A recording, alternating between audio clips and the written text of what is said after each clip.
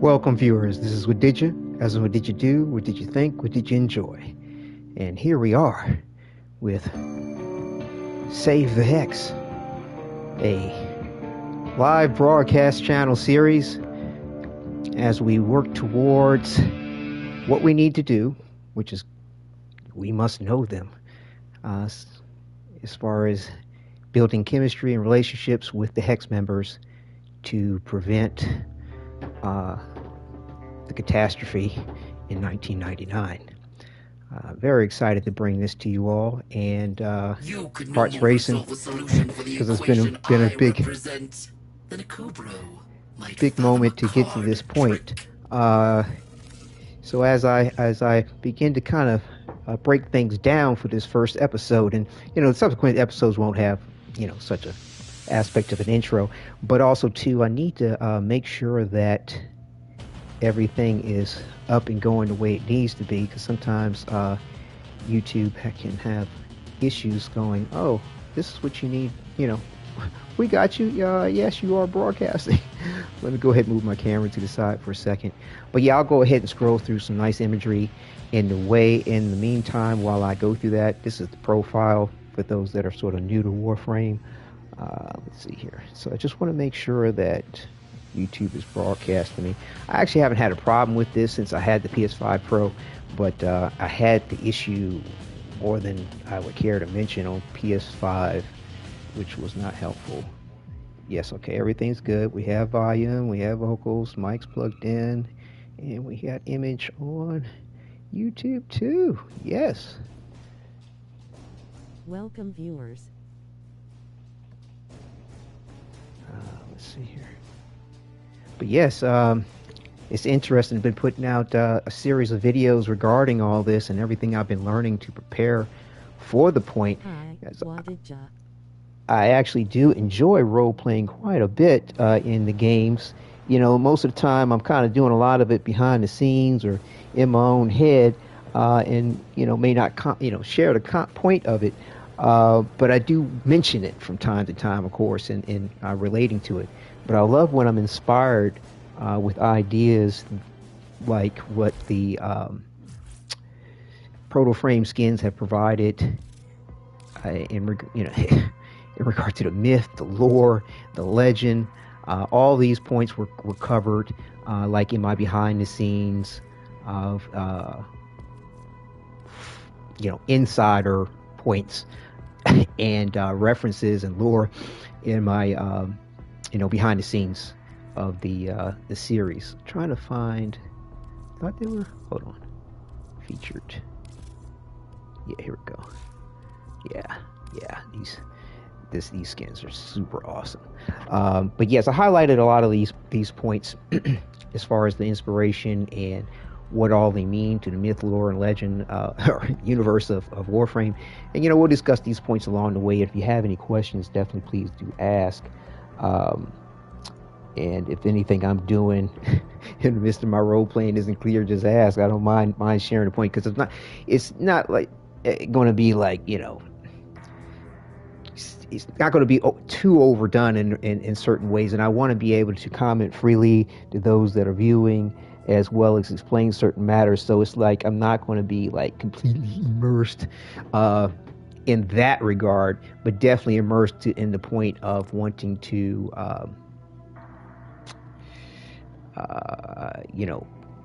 make things seamless as best as I can in regard to the particulars of the proto skin that I figured out. I released a good amount of shorts in relation to that, and I got like one or two more to go ahead and put out regarding that. And what it means for role playing, what it means in regard to fashion framing. Matter of fact, I need to kind of respond to a viewer that asked a very good question in regard to them, because they were confused about the point, and it is very confusing when you see unexpected results when you use the Gemini emotes that come with the skins, which allow you to change your Warframe into the guise of one of the members of the Hex Syndicate. Yeah, so long story short, not to belabor the point, because I've it's one of the points that like kept me from getting the series up and going officially. This episode 1 is just unlocking the secrets and code to that, and being helpful to the community too by putting out content regarding it. But yeah, I hey Transporter, good to see you in chat. Thank you, good to see you. Let's see, let me turn on the text to speech thing so I don't miss what people may be saying. 1 second, please.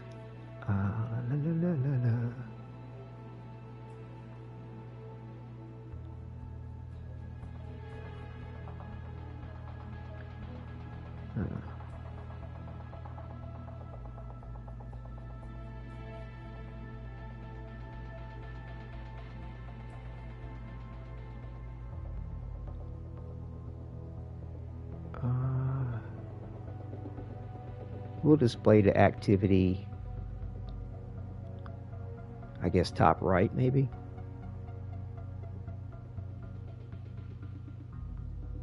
Yeah, I think that should be fine. I may have to adjust this later if that doesn't work out.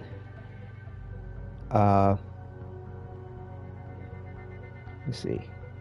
Let me type a little response in there. Good to see you. It is in chat there.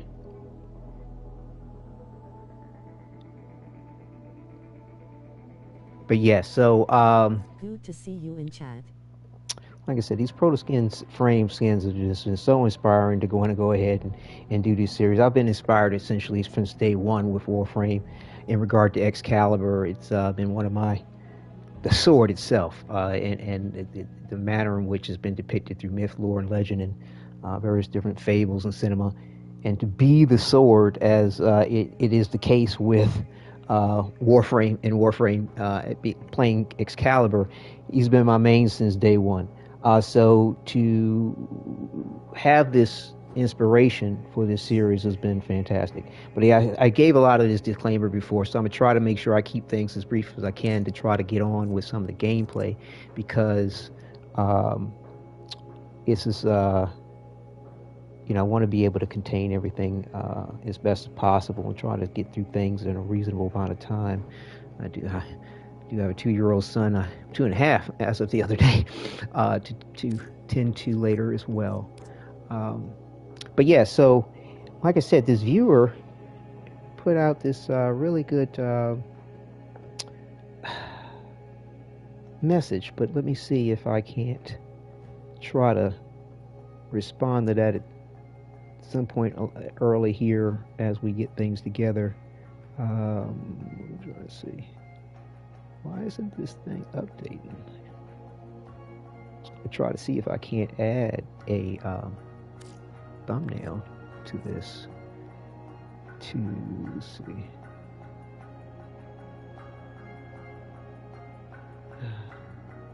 Right, okay.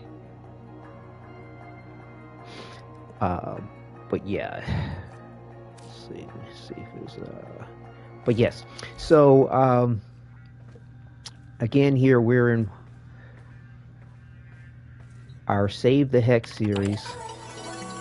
Do see the backstory, and or rather the story so far, including the backstory of which leads us to this point in the Warframe universe, the Hex Quest in regard to accomplishing his finale, and plotting route. Now see, here's the thing you want to keep in mind, and I hope this does not cause us any issues when we need to raise the Hex Syndicate standing in order to get to unlock the Hex Quest Finale, and you need to build your relationship status as well to a point. I believe you need to just be liked in order for it to queue itself. Now, I'm not sure if I'm going to take it further past that point, like maybe, get my love interest to where it needs to be before accomplishing it. I don't know if that really has anything to do with the end. I may have to do a sneak peek, look into that. Or I know there is some epithet things that do happen afterwards where that may impact the point. So I'm going to just double check on that, make sure that finishing the finale doesn't impact the epithet, if depending on your relationship status. But anyway, we'll see.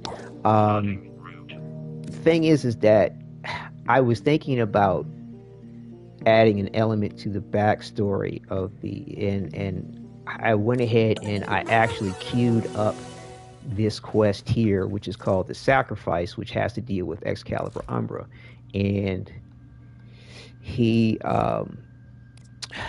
that's sort of like the pinnacle for, I don't know, those who didn't have Excalibur Prime, but even still, like within the game, he can do what even Excalibur Prime can't do, which number one, he comes with the Prime mod set, which increases his capability, as well as where is it? Oh, it's up here. That's right, it rearranged it and put it up here, as well as having the radio howl, which is like a different form of the radio blind, which also to weaken sentience. So my camera is kind of off. I tell you, when you don't have time to deal with certain things, it's funny when it happens.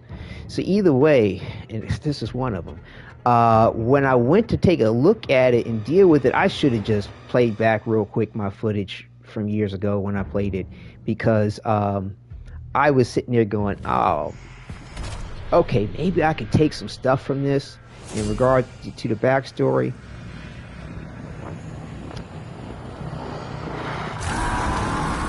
But when I went to go in it, because I was like, maybe I could, I've noticed with side quests, you can quit the quest. But bring him back. For these main story quests and certain other probably quests, I'm not sure which ones, you cannot quit the quest. You have to actually complete the quest in order for the game to not think you need to do it. Now, I don't know if that really impacts other things, and it might, like the way the game won't let me into the back room. You see what I'm saying? Now, I can get to the back room by going through the Halluvian Mall, but I can't get to the back room from this terminal. And I'm gonna show you this. It's like, that worries me. Like you. Because I'd like to stay as immersed as I can during the gameplay of things. So if I have an issue, or matter of fact, I probably might just play out this quest. I might do a separate little live broadcast. Everybody can join in and enjoy the situation just to clear it out. Because it's like, man, this is just not cool. You know what I'm saying? To not be able to back out your quest. Because I've completed it. Because I have Excalibur Umbra. That's the only way to get Excalibur Umbra. That's also part of the reason why I was going to include it in aspects of backstory. But it's going to be there. But in the epilogue. Yeah, that's the good way to look at it. The epilogue. So you'll see how I do that and what I do when the time comes for that. But so yeah, I can go to the Halluvian Mall, which is no problem. So if you ever anybody encounters this issue, realize you can go to the Halluvian Mall and get to the back room. But again, I'll give you, I can't really give you too much of an update about the situation other than, because I think it would probably behoove me to do this before I make any real further progress. Now the big test is going to be like, okay, once I finish, is the game going to respect what I'm doing? Like I said, that shit, like for that to have happened the way it happened, just really set me back. Really did. So we're going to try to see if we can activate the quest. We like I said, it's letting us in the back room, so I'm hoping that we'll be able to do so, and hoping that everything registers properly. Because the side quest in the game, not side quest, but like the quest period in the game, certain ones are very intricate to the memory of what goes on for any individual Tenno in the game. because within the game, everybody has a shared experience in singular points of the same experience, but from their own point of view. And then there's the shared multiplicity experience and everything everybody else runs around doing. So, like I said, I explained a lot some of that too in the behind the scenes, and I can bring up, talk more on that as well for those that are interested. And certain points of that will come up during the point of the gameplay. But let's see here. Just trying to get things. So yeah, so these quests can really throw you off, and also too, like if you don't complete certain tasks, but yet in some manner or shape or form because like I heard that there's a point where you can quit this quest, the sacrifice, but then all the tasks that you need to do a lot between then and quitting don't show up. I mean, the game acts like you didn't do it, but yet you completed it in a way to clear it out of the queue. So maybe I might do that much and see if that works. And I'll do a separate little broadcast to share that point with you all too, in case you run across this issue, because it's funny to be so inspired and so anxious for this, and then and then been enjoying it the way I have. The hiccups that have been there, like I said, understanding what's going on with the Proto Armor skins, and the fact that the game just seems to have issues remembering what preset you have attached to the Warframe, to your loadout slot, essentially here, in relationship to the emote that you have for the corresponding skin, which is this for the skin. So switch between Excalibur and Arthur's Gemini skin with the Arthur emote, even during missions. Either way, I wanted to switch between this author as far as my role play and the default author, but the game does not let you do that. The only way it seems to do that is if you actually have all of your presets with an Arthur Gemini skin, and then when you go ahead and do your emote, it happens. Like I said, a lot of good content out on the channel in regard to this and the befuddlement therein, and why it can happen. And like I said, the solution to this is, like I said, if you don't get an expected result, which that's one of them. Let's see, I'll swap out for default. Like I said, this is another one. You can go from the Proto Armor Gemini skin to the Warframe. This is, I believe, the intended result, but I'm not sure if having all your authors in one of your presets wasn't an intended result too. Because it's fantastic to be able to do that, because that is also one of the standard other ways in which you can do this. There's several ways you can transform. So, and then the other ways you can go from the Warframe to the Proto Armor Gemini skin. Like I said, this is just fantastic to have all this in regard to fashion framing and role playing. Just super awesome. So you can do it that way, and then you can do it. Let's see. They don't stand a chance. You can do it another way too.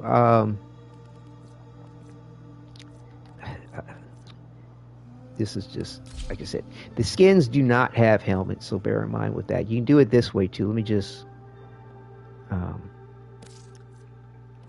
trying to equip something that just won't look so goofy real quick or whatever. Oh shoot, hold on. We're gonna do that one. Like I said, setting it up so that you can see how Here we go. You do not need to have a skin I'll take it from here. in your presets in order to change to your default This is exactly what I'm trained for. corresponding Gemini emote. Okay, now this is taking me the time it is because I'm one My clicking day the just wrong got a whole thing. lot better. And also too, I have to unset everything. So as you see here, there are no Gemini skins equipped in the presets. So when you have something like that, this is the final way, or probably might even be the first way. People may just wind up changing into the guise of the proto armor or the proto armor Gemini skin, because they want to role play with the actual character themselves, which is great. All kinds of ways, especially if you date them or something. So that's the see, awesome. Caught the bug. So as you see, I didn't do nothing weird to nothing. You know what I'm saying? All I did was just unequip the Gemini skin from each one. But like I said, the game gets confused about the memory gets funky. So the way to resolve that is to go in, click into another loadout. All right, come out of your inventory, go back into your inventory, and then select the loadout that you intend to be using. Come out and use your emote, and you will get an expected result 100% of the time. But I didn't do that, and I'm glad I didn't. Just like I said, it's just so natural to do what I just did earlier to produce the issue. So as you see, that's the final way to change into a default offer, or perhaps the first way, depending on how you want to look at it, but the final way in my explanation. First way for many people, potentially, fellow Tenno. So therein is the what's up on this Gemini skin issue.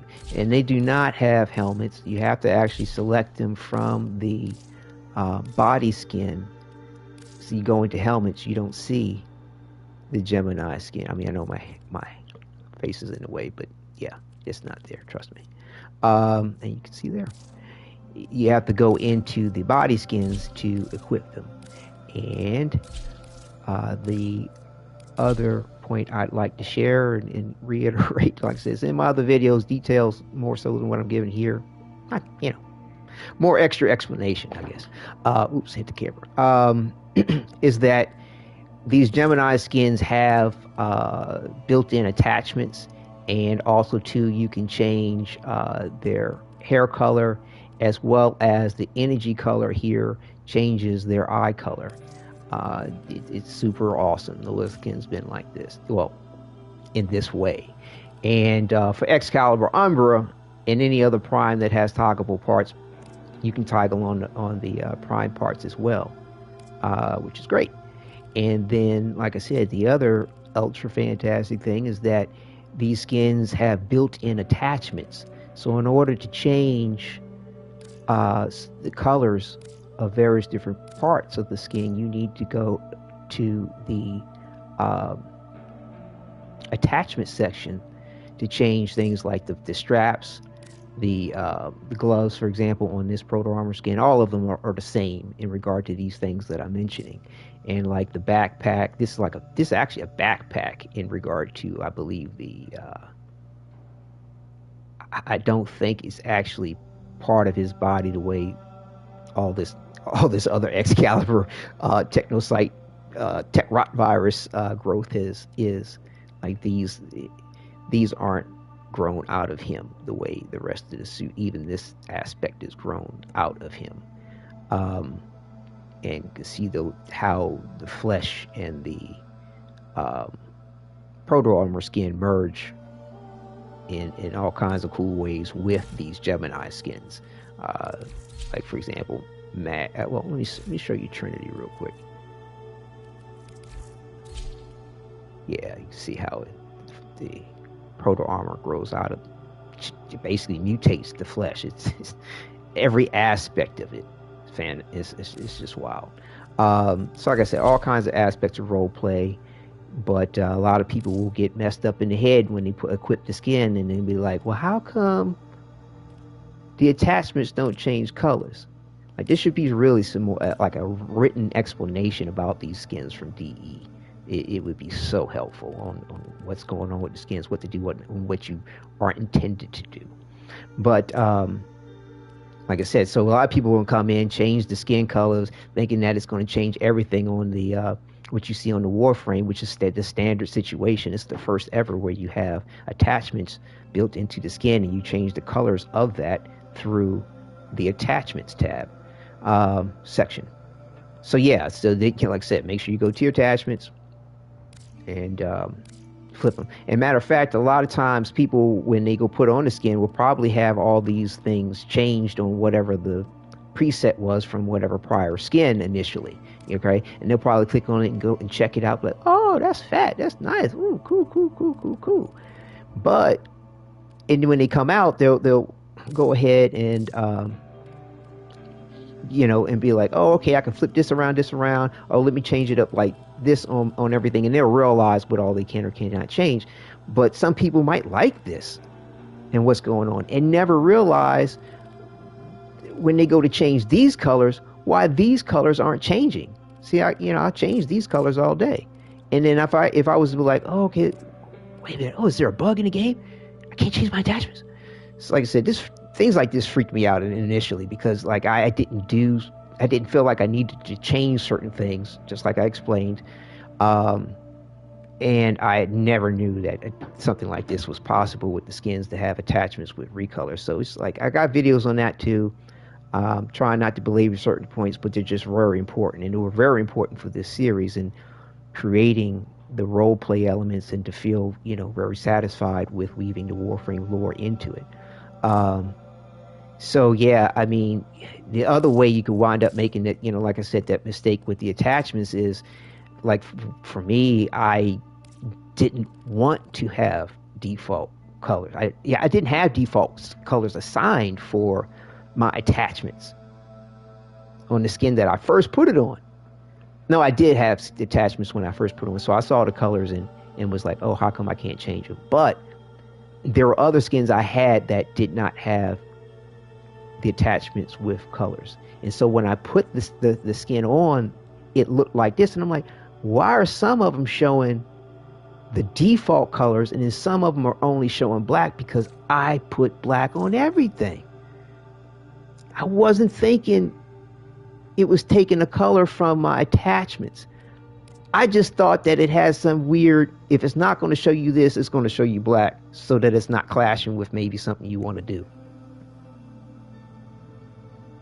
You can change the default colors. The attachment colors. So yeah, I hope everybody doesn't feel like I'm breaking the situation, but like I said, they're so important. At least they were important to me in trying to provide an excellent role-playing experience for myself as well as you, the viewers, and to keep the scenario and situation as seamless as possible in regard to those role-playing elements. So yeah, I mean, it's been a bit much to get under wraps.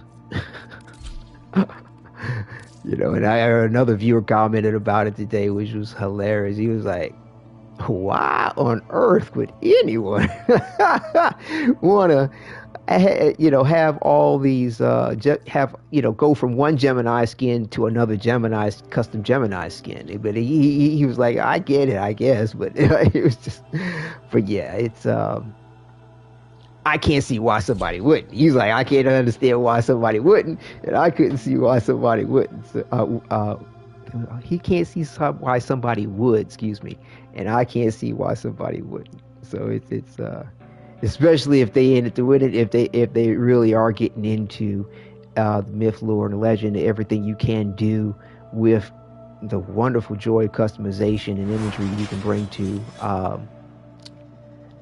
the game. So in your experience of it, so it's mad cool. Let me. Like I was trying to get.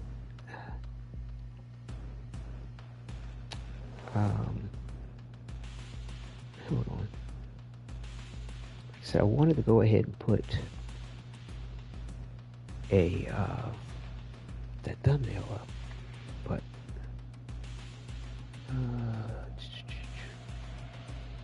why am I not seeing it? 1 second. Oh, there it is.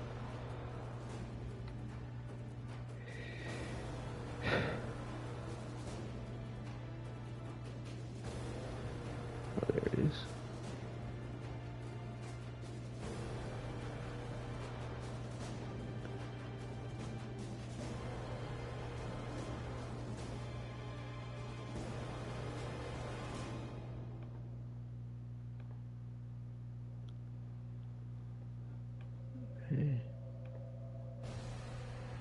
But yes, like I said, this other viewer in regard to these skins was like, what is going on with this glitch? But like I said, or not glitch, but bug, or perhaps unintended use of the skins.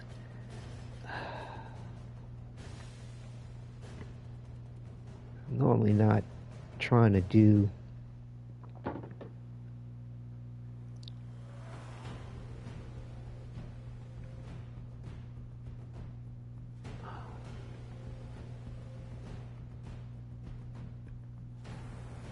you gotta be kidding me.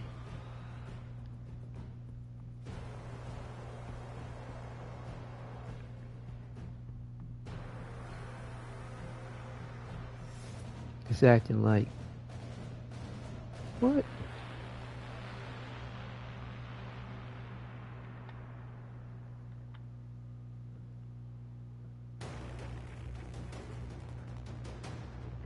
Why is it?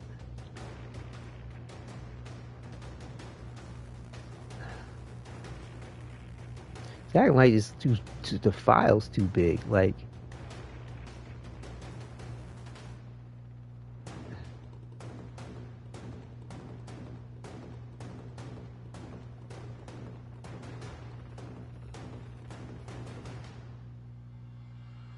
yeah, that's it. What? Why do you want to do this to me?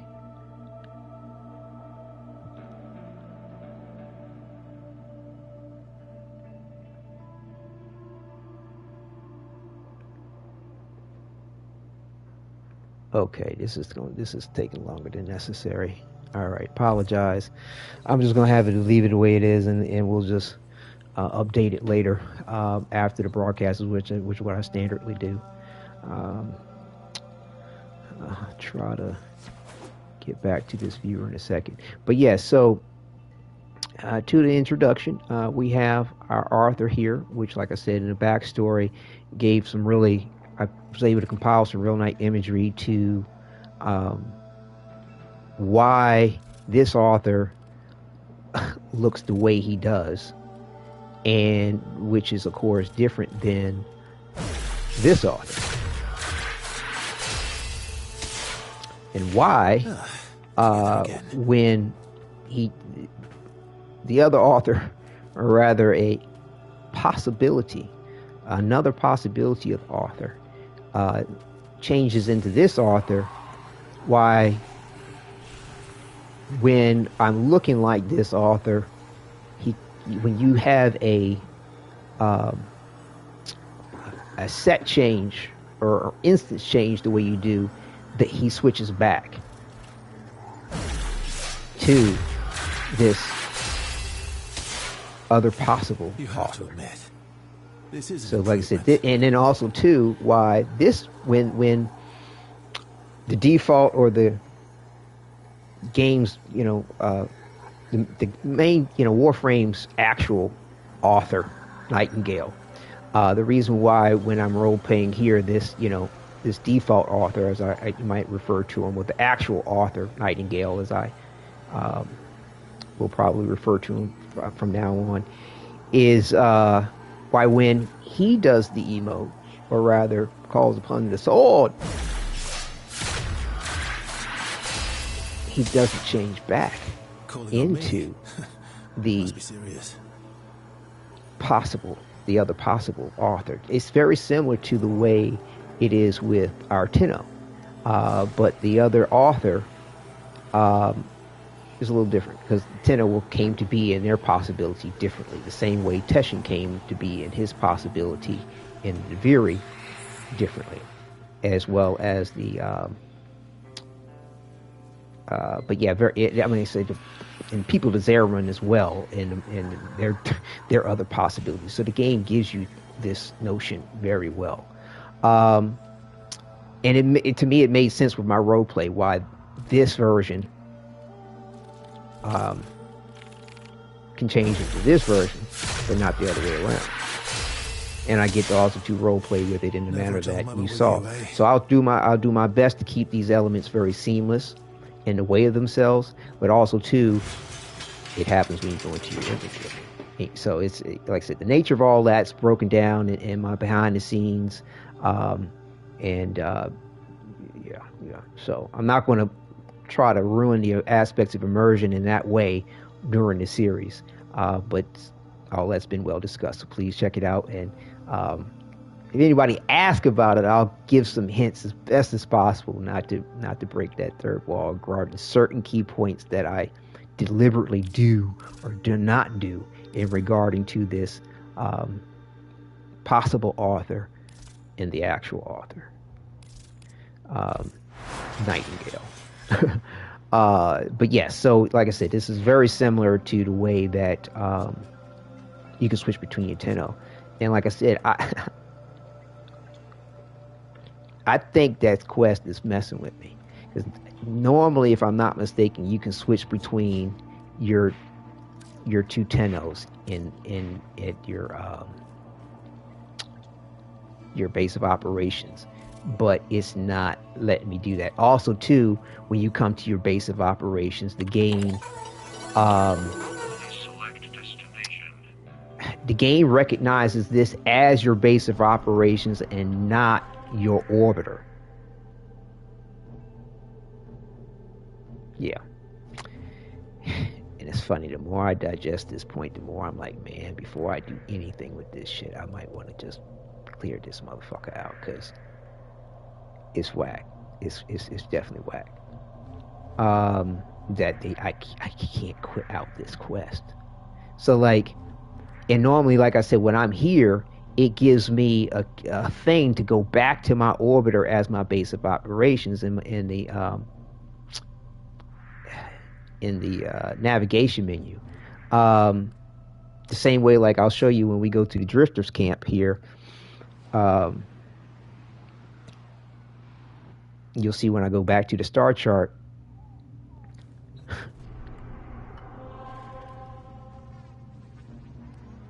it let me see.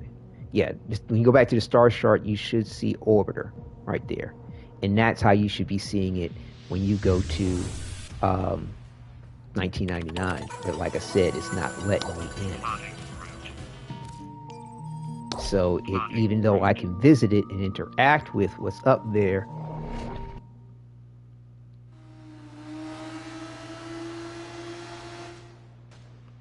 it's not.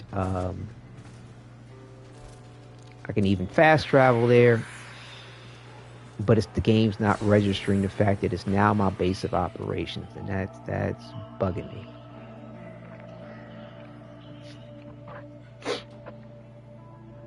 You know, another thought too. Oh, man.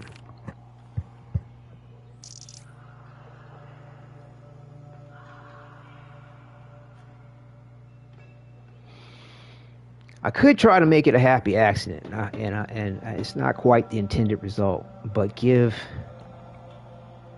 add it to the series, the quest, the sacrifice, because there was another interesting point about it, is that when you go to, right, when you're dealing with, and it's in the story so far, when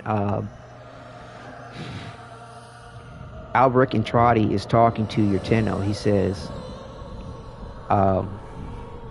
will you make the sacrifice to make this happen, to make this situation happen? Because in the Hex Quest itself is not part of the finale. This is already what's been shown in my journey through the Hex Quest in episode 2. I believe episode 1 or 2. I can't remember which episode it is, but nonetheless, though, Albrecht says, like I said, he's like, "Will you make the sacrifice?" And it's great. It's great imagery to see. And like I said, I included all this in my backstory. So bottom line, you can go there to see it as far as the story so far. And Albrecht, like I said, is like, "Will you make the sacrifice?" And of course, he has to, unfortunately, allow himself to die. The catastrophe has to happen in order for them to go back and make sure it doesn't happen. Or, yeah, right. It'll sing you. So yeah, it's. So what I'm going to do is go ahead and take a look here.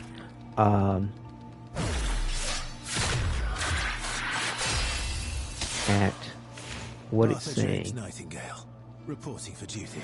Right. At the terminal. Maybe some more though. Still running his mouth. Because there's the dating aspects and everything else, or the chemistry building, and we're able to do. It seems like you have a set of interactions once a day with each of them.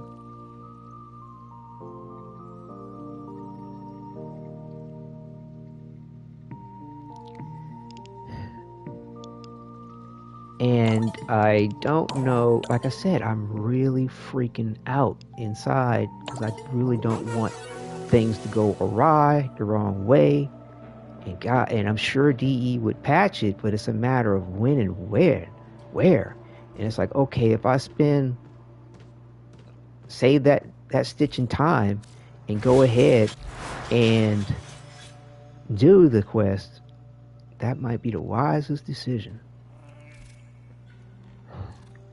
So yeah, but to the point of the sacrifice of the Tenno, understand that the quest is called the sacrifice.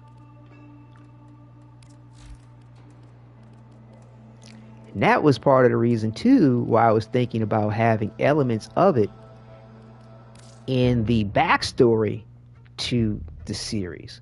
But if you pay attention to the backstory I compiled and put together, it's there. Because like I said, this author here is a possibility. But the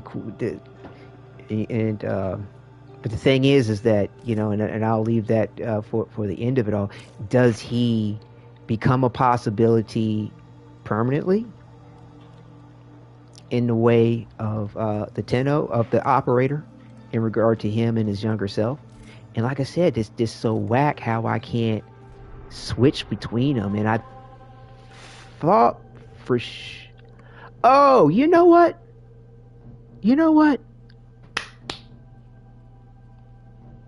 Maybe you can't. Maybe I'm remembering things wrong, because like I said, I was doing my customizations. And here, this is an important point too about all this. When I was doing my customizations, I don't know if I was really switching between him and the younger self here in the base of operations in 1999. And the reason why I say that is because, and I'm just having a brain fart, because that was just one of the minor things, like I said, as far as, covered these points in the sort of the making of and the behind the scenes look of things.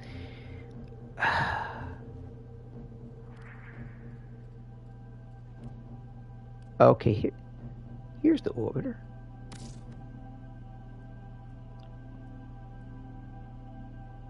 I thought it wasn't showing up in the star chart earlier. Okay, so it is showing up in the star chart.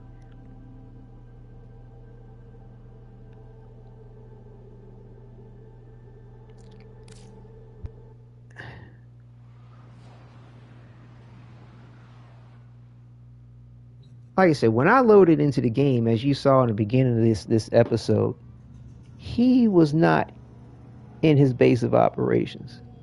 And I and I had tried to do something or checked out something at the base of operations. When you go to the base of operations, it saves you in the game at your base of operations. See, switch operations to back room. It won't let me do it. But anyway, to the point of why we came to the ship, see how you can, this operator, you can switch between an operator and a drifter. I kind of forgot that they make that distinction in the way they do. I looked at them both as operators. So officially this is the drifter operator. What? Right. So this is the operator. It'll show up as operator. And then this will show up as... Okay, now, if you're on your... you're on your operator. If you're on your drifter, this tab will say operator to switch to the operator. So if you're at your operator, this tab is here to switch to your drifter. Yeah. But yeah, it was a lot of little behind the scenes stuff I was doing because, like, since the update, there have been subtle changes to how the hair looks, how the skin tone looks. They're trying to make some improvements, and I feel like they're doing subtle things along the way, but some things just ain't catching up, and to make everything jive correctly. And I went through that in the behind the scenes, but long story short here,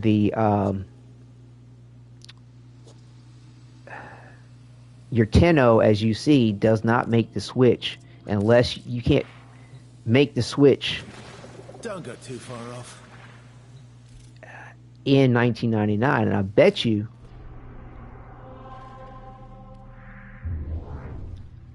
I wonder, will it even let me? Yeah, I never thought to look to investigate this particular point. So we know we can't get to the back room. So I'll go around and run around as my younger self. I'm like, I'm an older dude, so like as soon as we got access to being a grown up in the game, I was on it. Because I was like, I'm not a kid jumping in and out of somebody. But anyway, I'm just kidding. But, the games were interesting. Like I said, when you transfer, you're transferring through the Warframe and back through the Warframe. Your consciousness basically is in control of the Warframe or the Protoframe in this instance. But yeah, see, I left as the kid, but show up as the adult. And the reason why is because of the dating interactions or the social interactions with them, with the characters. So that's an important point that I kind of wasn't really dwelling on because I don't run around as the operator. And wasn't a point to realize. And it's interesting. You can only deal with this social chat situation in your base of operations.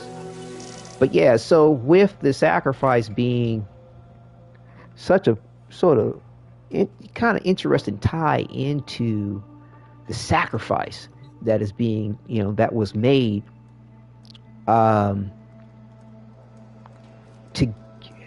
get to this point. And we'll see with the finale, when it comes to the finale, is there another type of a sacrifice as well? It is kind of poignant to have Umbra as the Warframe I'm running with, along with using all, this with having the this other possibility of Arthur exist, and switching to this one, and the like I said, in the role-playing elements that of the point that this one can't switch to this one, but this one can switch to that one. But yeah, another thing, realized that I had a weird ass brain fart when I was talking about the behind the scenes. These events, as this keeps popping up, is in January 6, 1999. The quest takes place. I mean, The quest takes place New Year's Eve, 1999. So we're brought back in time. And then when we get to the right point for the finale, it's going to take us forward in time. I got confused because it's December 22nd. It's almost New Year's Eve. And for me, personally, in real life, January 6th is after New Year's Eve. Bro, like I started out the behind the scenes correct in the point that January 6th takes place almost a month before New Year's. But like at some point I had some weird brain fart. Like I said, I was like, yo, it's December 22nd, January 6th is after me. Never mind. So like I said, I think what we may want to go ahead and do is the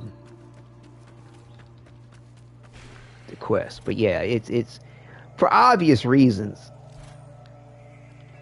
You know, when we, you know, I'm not going to break the immersion too much more than this point. Because our possible author changes to this, you know,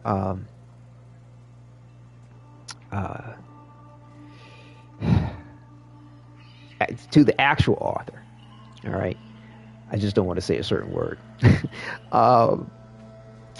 There's a reason why you won't ever see him interact with himself that way. I mean, you could, if you want to take it even another step further, that there's several possible authors running around, which I had considered. Not just that, but some other points, which you can role play out, you know, with your customizations and using various different warframes or different styled or customized proto armor skins. You could play out the multiple possibilities. But I just wanted to keep it a little simpler, a little bit more streamlined, because even still, the way it's coming out to be, there are definitely two already that you're seeing, and there's a hint to a third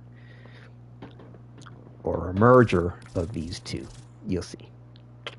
So either who, or I maybe leave it up to your interpretation the way DE does us with certain shit. Which brings me to another point that I feel maybe they didn't want to take too much time with the issue, but hold on, I don't. Is it? Do they even? I wonder if it's. I don't think it's even in this imagery. At the end of in the Hex Quest, the Hex, you know, you deal with Arthur first, and y'all go blow to blow with the Excalibur shit, right? I still get goosies watching that shit. It's hot. It's in my backstory as well as the main quest. Damn it. Thinking too fast, too far. 1 second, let me get my thoughts together.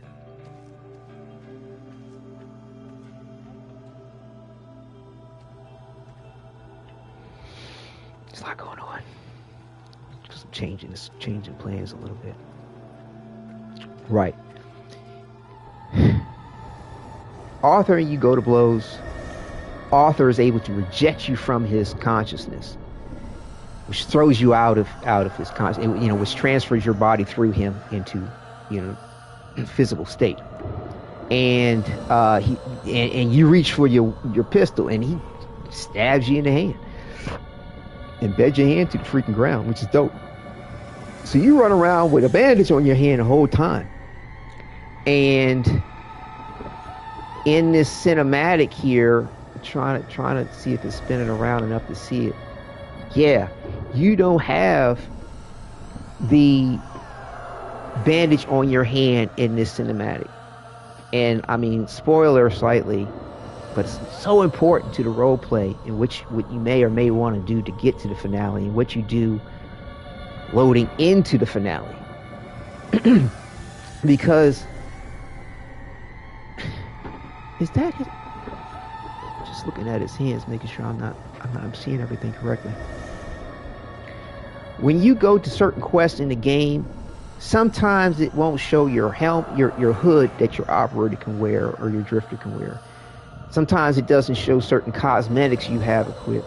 Sometimes it doesn't like the extra pieces you attach to this like an outfit like what you see here. It does not respect that in the cinematics. Everything else is on point. Wow, it's interesting. So in my adult form, when I go here, I can see the younger self, and I can't even interact with the older self if I have the older self. Wow, it's interesting. They want to keep this NC-17, right? Interesting. So bottom line is that when you go ahead and you equip waistbands and you start doing facial accessories and all kinds of other extra stuff, features hold up. But some of those other things, like attachments and things like that, may or may not show up. So I don't equip them. You know what I'm saying? But the point I'm trying to make is one of the other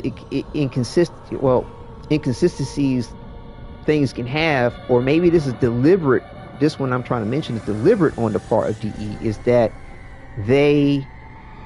your hand gets stabbed, so they send you back in time to know them. So,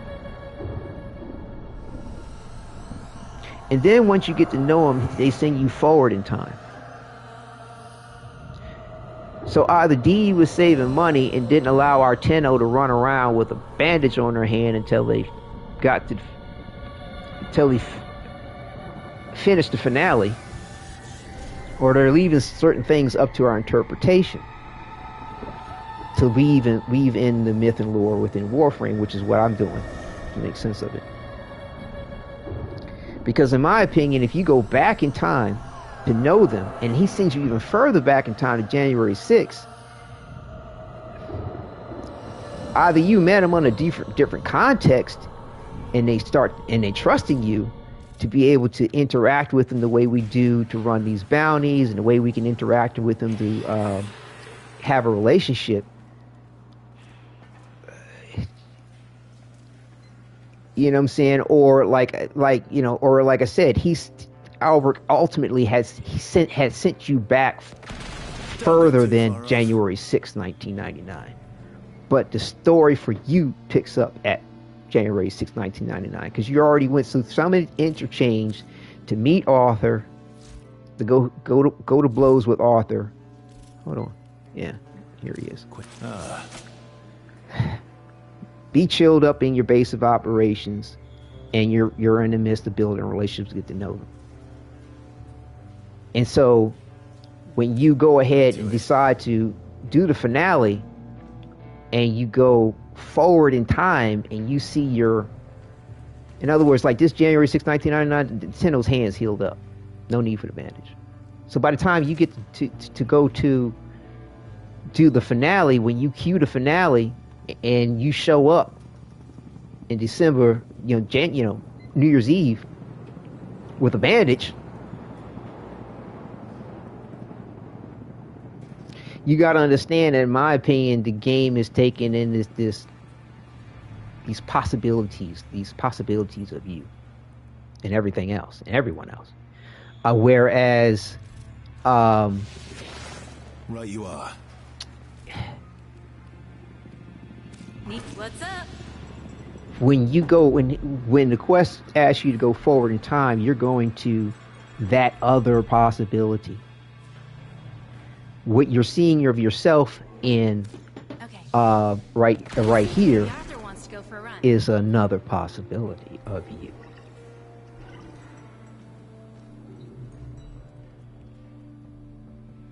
And in my opinion, that's the sacrifice that Albrecht's talking about. He's like, dude, there's other yous. There was the Zariman. That those some may die, others will live, of the possibilities of you. And this is a singularity of reality. So, Tenno, you know what's up. So you're like, okay, cool. I'll take the bullet. Boom. we're gonna make this happen, and then you see the spiraling of time, which is Digital Streams took that from an old black and white TV series. Oh, guys, I can't remember the name of it, but it was super good for its time back in the day. Very, very ahead of itself. So yeah, the game's going to send the consciousness to this. So yeah, it's a little further clarification when I was doing the backstory, because like I said, I had a severe brain fart, and also it's just, it's a little bit much to make sense of. You know what I'm saying? And then keep all the various different elements into play if you really want to truly role play the circumstance. Have some kind of nice little backstory to what's going on and how it all fits together, and why you may see what you see when enjoying it. And like for me, I want to present this to you all as well. So, it was important to get it right and to figure it out. So yeah, what we're going to do here is try to get through this sacrifice quest to reinforce the point of the sacrifice, to also to highlight the point of this other possibility of author, because like I said in my backstory, as the story so far, the hints there as to why that's important. You'll see that in the epilogue as well. So to kind of present the sacrifice quest, I apologize to viewers and myself too that wanted to see some actual gameplay with the 1999. So please forgive. But I'll be honest with you. Oh, whoa, hold up. I think we can get some gameplay. Nixnay on the Ixnay. Oh. Hold on. I think we can. I think that's a safe bet. Because I don't think these add standing. So yeah, we'll go ahead and run a mission or something, or and see what's up with these things, because I haven't played any of them. And let's see, wait a minute. There's one. Because you got to clear out all these things in normal mode in order to actually play them on the Steel Path mode, which is like the difficult in-game sort of mode at the moment. So there's 1, 2, 3, 4, 5, 6, 7.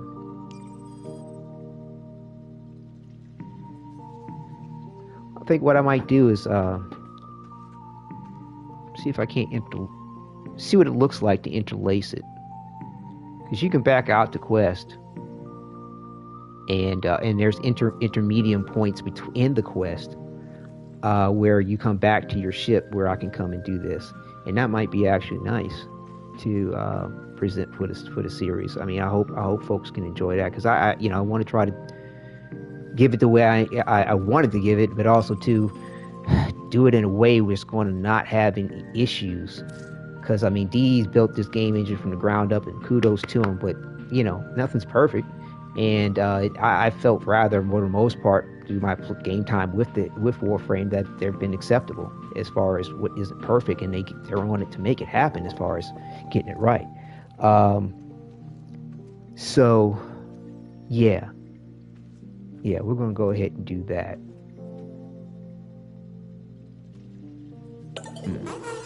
Now let me think. Just want to think this out for a second.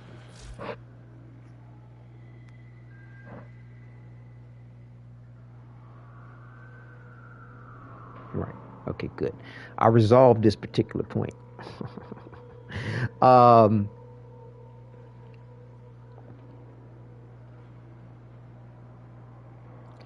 particular point that I resolved for the backstory is when. The win. Watch yourself.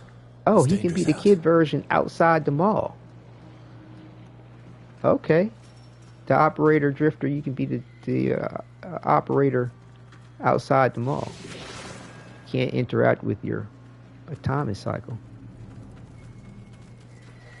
I guess not unless you have a mission. Is this like, and this isn't like a lot of the other maps where you can walk right out apparently. and go into. It's not an open world in regard to like Fortuna or the Plains of Eidolon, for example. So you actually have to go in and select the bounty. Now see, like if I do the bounties,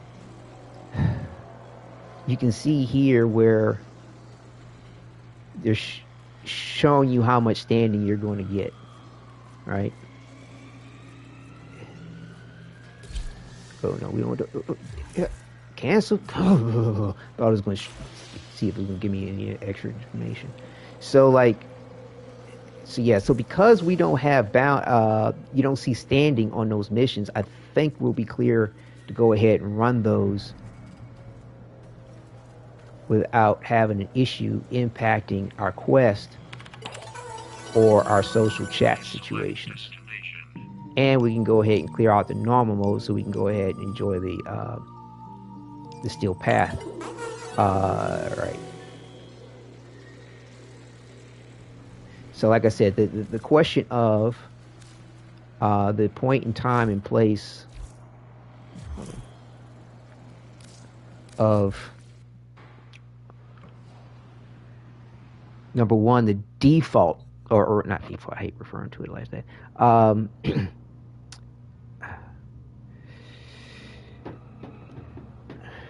The NPC version, and I don't like referring to them like that either. I guess the original author in the game, I gotta settle on a good way to reference him. But yeah, the original author, Prime, I call him Prime, Author Prime, as far as the timeline. But the thing is, I don't like using that because there's so many different Prime this, Prime that in the game. But that's essentially what I really want to call him. He's, as far as being first, he's the first iteration of himself, so to speak, within the possibilities, or at least this is the only one we deal with. I mean, you can create some other ones in your backstory, but for me, I'm just going with just a little bit more simpler, just to say that he's the inception of author, and this is another possibility. So like I said, the way I proceed with the sacrifice quest in regard to, do I play the sacrifice quest like with this one, this author, say maybe this author, hello, or do I go with a standard Warframe of some sort of my choosing?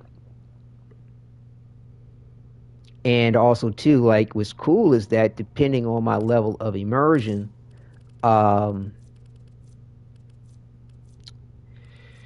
see, I could run it with a different Warframe of any kind of my choosing. Or like I said, for me, for myself, I of course was all about Excalibur and went with Excalibur, so I could choose a basic Warframe that, because technically the sacrifice quest, you don't have Umbra.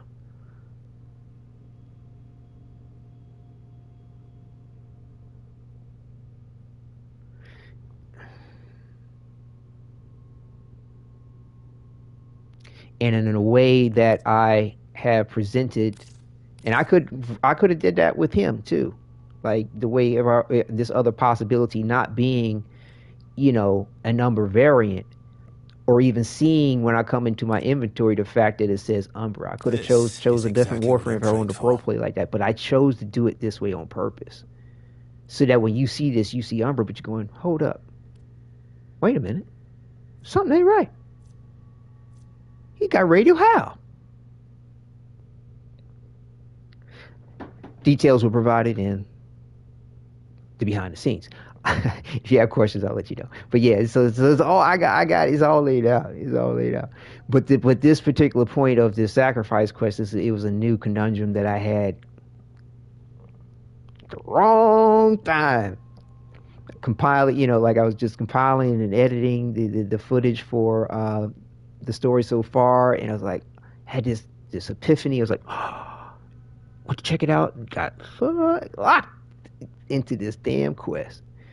So, like I said, I think for the purpose of, like when we go do the quest, or the in between the missions for 1999, we'll switch to another a standard Excalibur, and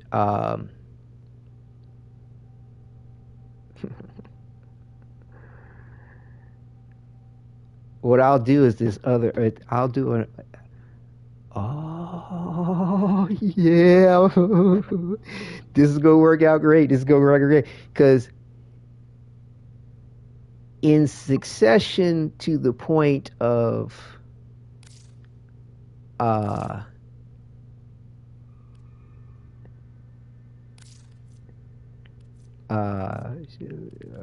geeking over the thought. To the succession of the point of this author.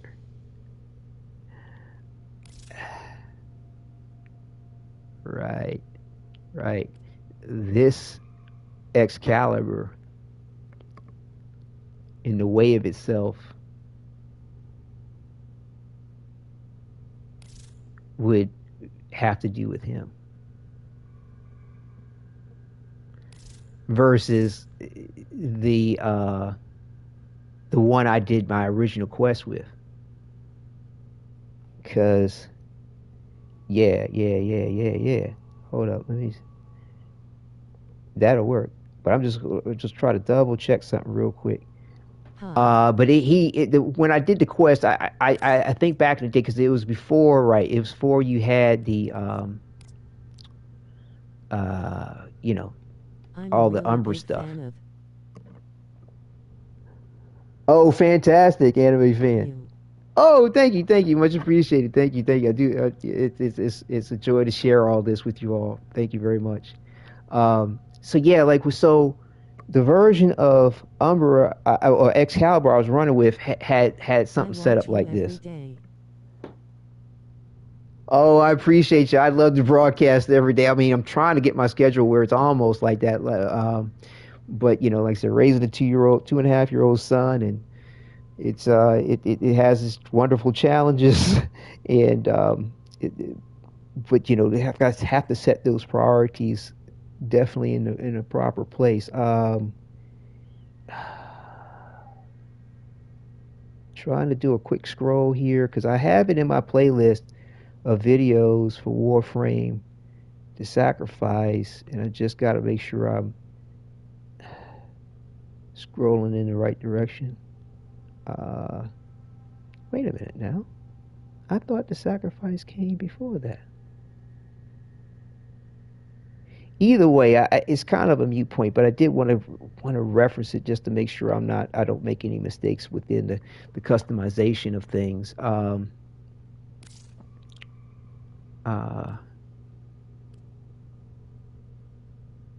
Oh, and now we'll peep some folks to this particular point.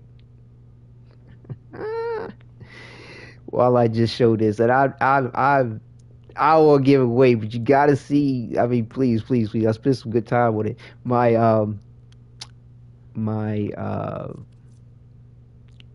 the story so far, and I do what I'm gonna show you that you can do something you can do with the proto armor skins that I didn't realize until I was making some extra footage for. But how do you change and get robot skins?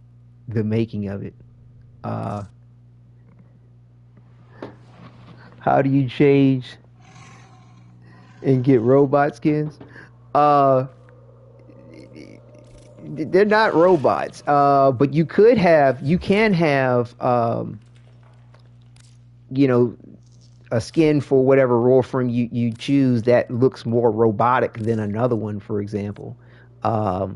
This one kind of has more bits and pieces that are more robotic looking than, say, what grows from the human body into a Warframe. And what I mean by that is, let me show you.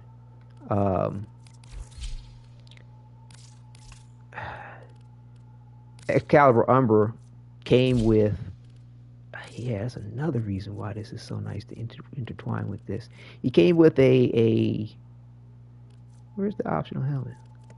An optional helmet which actually shows through, there it is, sundered.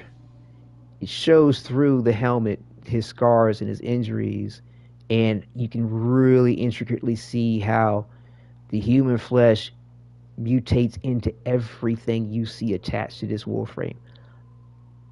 I don't think the fabric here is. You never know. Do you have any Steel Path Excalibur build, fam? Yeah, no doubt. I mean, I'm still, put it like this. This is what I do with my Umbra, and this is not the build that that's just that's some extra shit. Like right now with Umbra, I'm running with this build here. Hold up. Where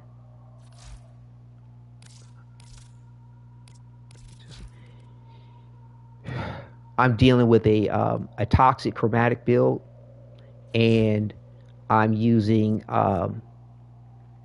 my Archon shards to reinforce that. I have a build personally that works for Steel Path.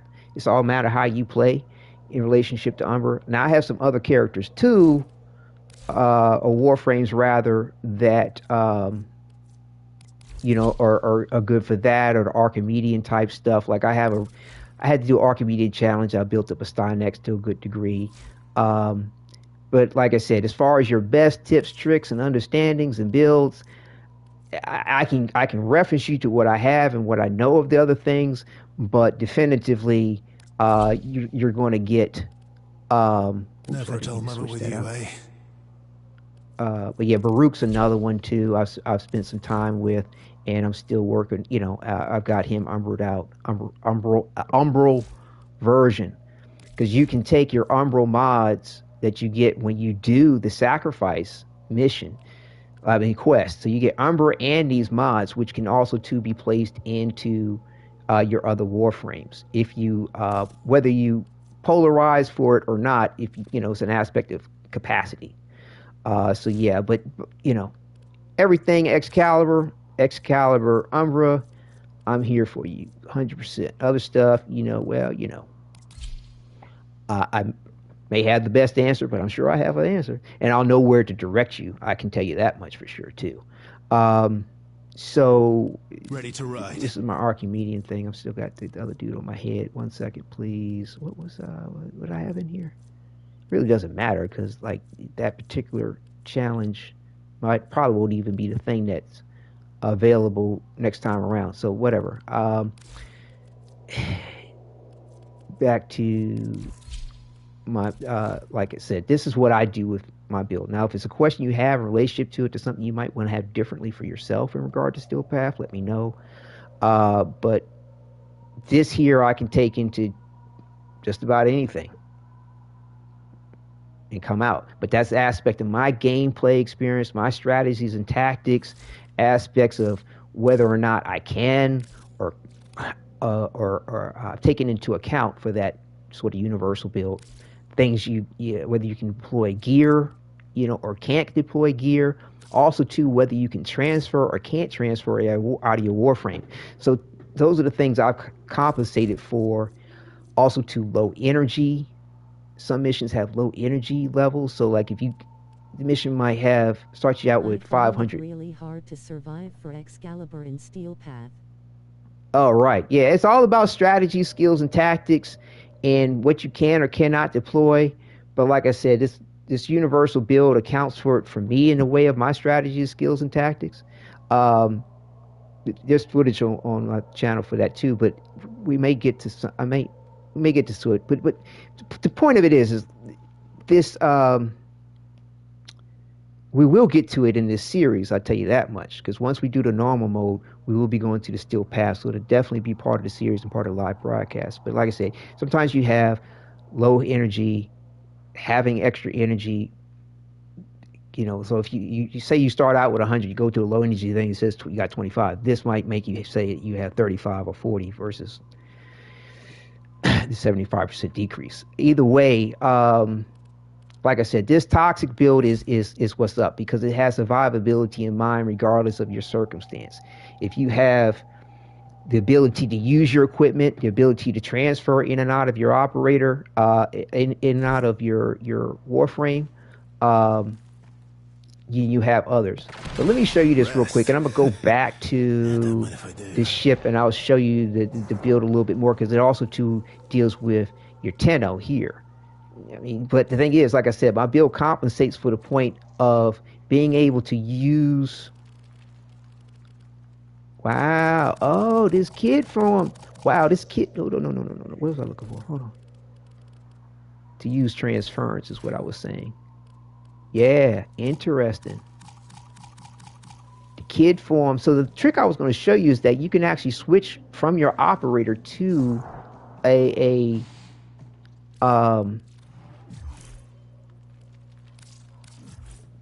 Gemini emote, but only in your Captura. That's the only place that works.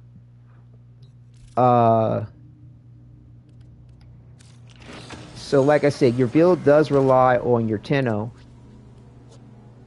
And network responding. Hey man, don't mess with me. Don't make me have to shut the game down. Okay.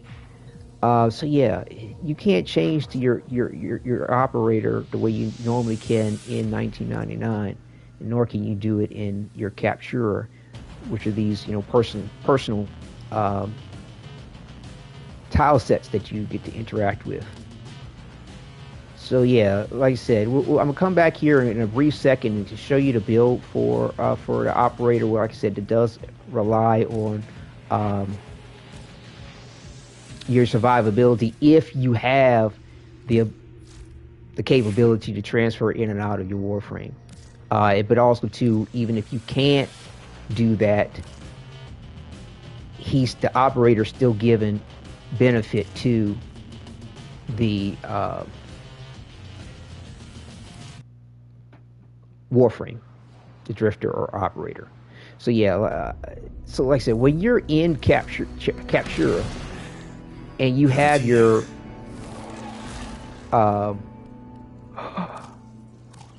did they patch it already?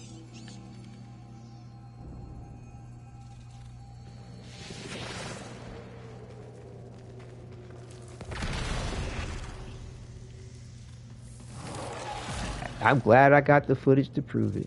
But in my backstory, no, yeah, I could use that evil. I can't use it now. That's phenomenal. I got it on film. And I'm glad I had the raw footage, because I can compile wow, look at what you used to could do. Because, yeah, I blended the footage where... Let's see what you've learned. Oh, maybe I can do it this way. Maybe it has to do with this. Is the reason why it happened. Hold on. All right. Let's see. I wonder if I can get it to do it again. Maybe it has something to do with all of your authors having a Gemini skin is the reason why it happened. Because the way I was able to get that to occur... I did this, my normal thing. Because like I say, I was doing stock footage for the story so far, and I did this. Off you go. I'll put my feet up. Right, and you can see how he goes back to his default form. But the way I spliced the footage together, that you don't really see that point on purpose. Either way, but I went to my emote wheel. I can't do it.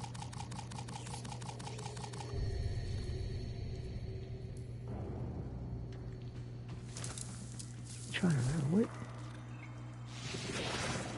did I have?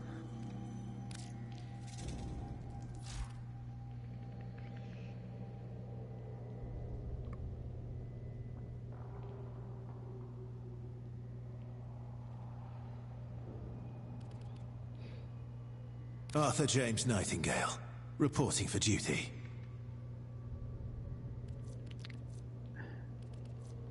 I'm trying to remember something. I'm just trying to work this thought process out, because like maybe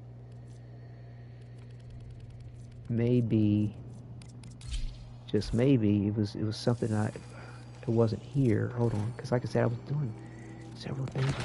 Sure thing. Off you go.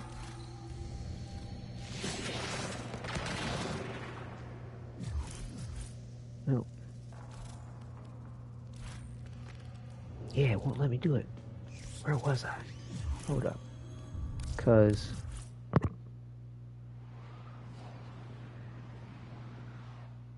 oh, wait. I think I was hold on. I think I was at Duviri.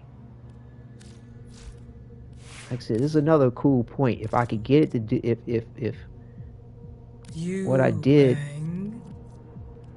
like I said, I don't know if this is intended. I don't think that it is. If I could, that's the reason why. And I just discovered that's the reason why I haven't made any shorts or any videos about it. And I really don't know exactly how it happened. I just know that I accidentally queued the emote by accident, and he did what he was going to do. Did this. Let's see. I was going to make sure I'm solo because I don't want to. I was going because I was using the cave. You're currently playing solo. Who's stringent? I'm all right. I don't want to stay solo.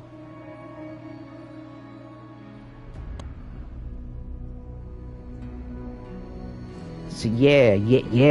Now I remember the image. Okay, I remember the footage. Yeah. There were other Warframes in the background. Rather, oh shit! I got all the that was up.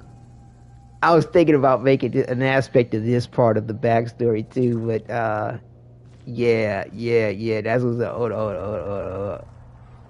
Let me get rid of my image, man, because it's like you gotta really catch it when you have the random option, for your Warframe of choice. Is that your operator Wadidja? Yeah, man. Yeah, that's what's up. What's up, Aisha? Good to see you in chat, bro. Yeah, I decided to go with the short hair. I was thinking about doing some other things, but like I said, the behind the scenes and playing everything out with the way I want to do the role playing, the way with the game has it set up for you, I wanted to go with this. Say long story short. But yeah, this is how they look when you're in Duviri. But like I said, it's really cool how you have the Warframe that you can choose here. That of choice. Oh, I got Sight 09 here too. I was so fixated on Excalibur, you know me. Oh wow, cool. I think I'm gonna do a little record on this. Oh shit! I run into the wall, bro. So, yeah, I'm trying to script together my footage for the backstory. I was like, you gotta keep things smooth. Don't bust into the wall, bro.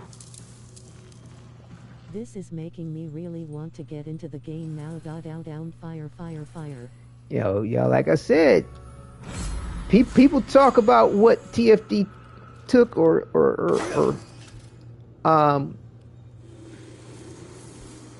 no, that's right. Took from Warframe for reasons. Since the first Descendant has kinda slowed down.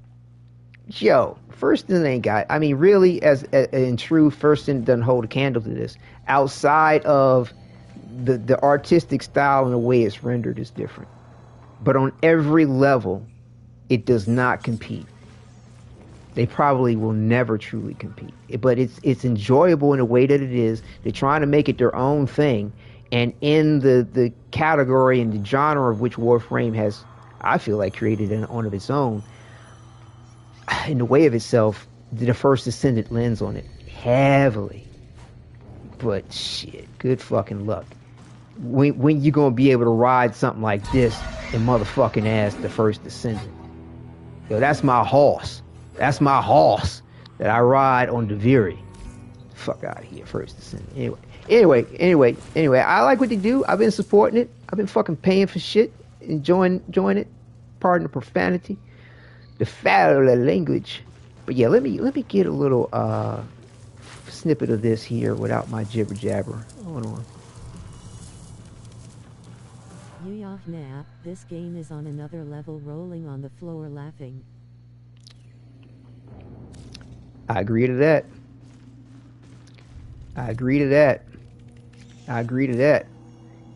Yeah, I wonder when they're gonna give us. It's interesting too, cause like, what is it? The first Syndicate has. You got, where is it at? You got the meditate emote. Where's my freaking meditate? I know I didn't take it out. Yo. Prequel.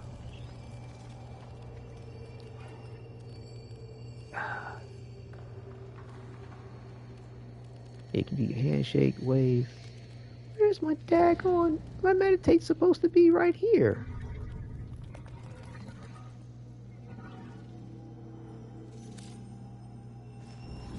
Hold up for a second, because that's pissing me off. Whatever, I'll change it later. But yeah, but I just brought up a point about this shit. Damn it. Shouldn't have anything to do about being in Duviri.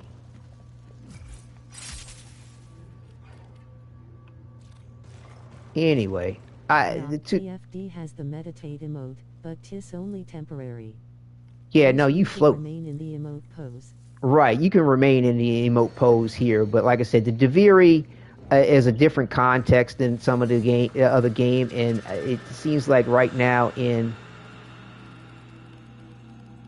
this here, I don't know, I might have popped it out of my by mistake when I assigned these. But it doesn't make sense. Oh, hold up. Is it because of my build? It might have something to do with my build. I don't know. I have to check. A man spends his joy freely in his youth. In his old age, he must hoard what little he has left.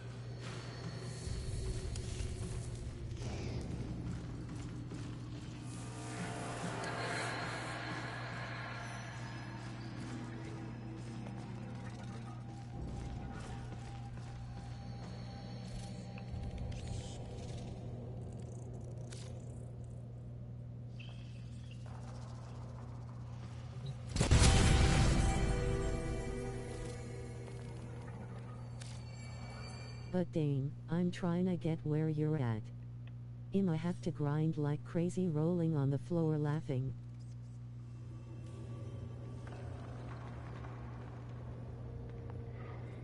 Yeah, I get you in good timing too, because I'll have to edit that out of that little clip I was making.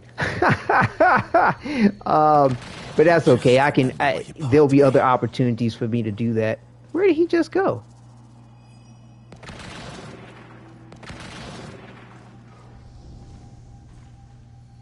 That's interesting.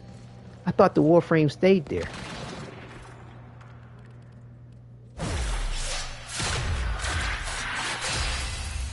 Okay, that happens as predicted. Like I said, you get the opportunity to see it. It's dope. Okay, the Warframe just disappears. That's IT09. Like I said, what's funny is with the first Descendant, yo, what is it with everybody wanting to give some fur collar or something like that around these black guys? But yeah, it's this is their new addition too, which is so funny how so closely released they both get black characters with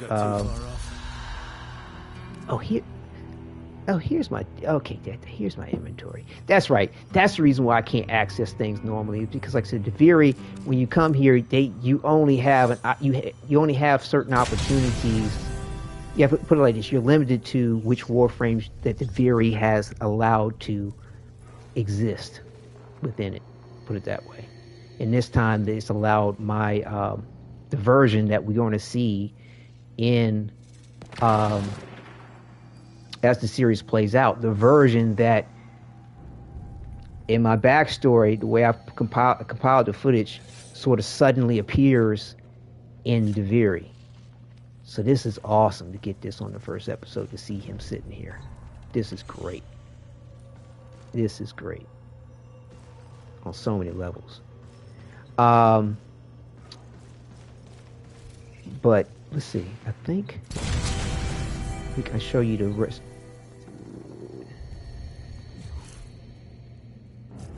Yeah, I can show you this build here. I've been seeing a lot of people saying, I can fix her.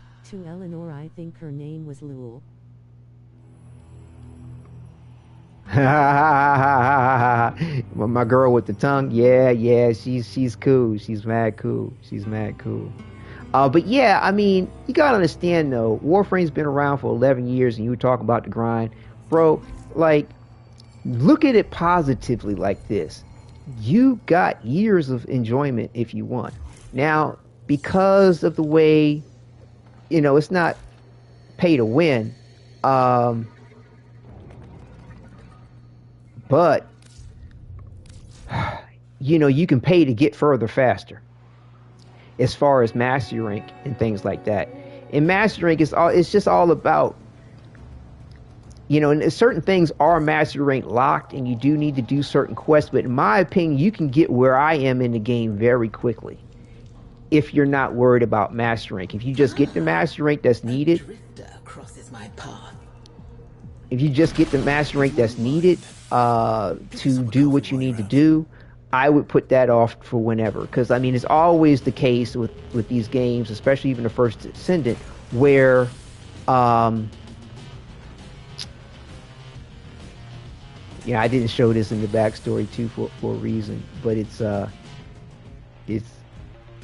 okay to do so now.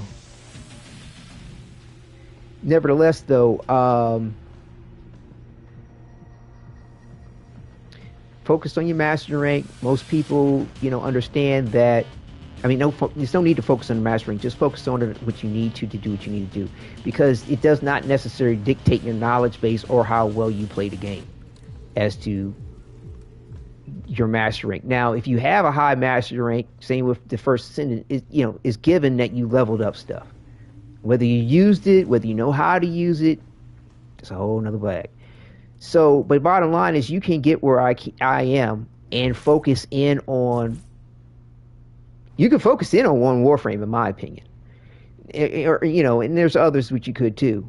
But the Warframe is set up way different than Warframe's friendly, in my opinion. Warframe wants to have you they want to see you have fun, and they want to have you see you do it the way you want to do it.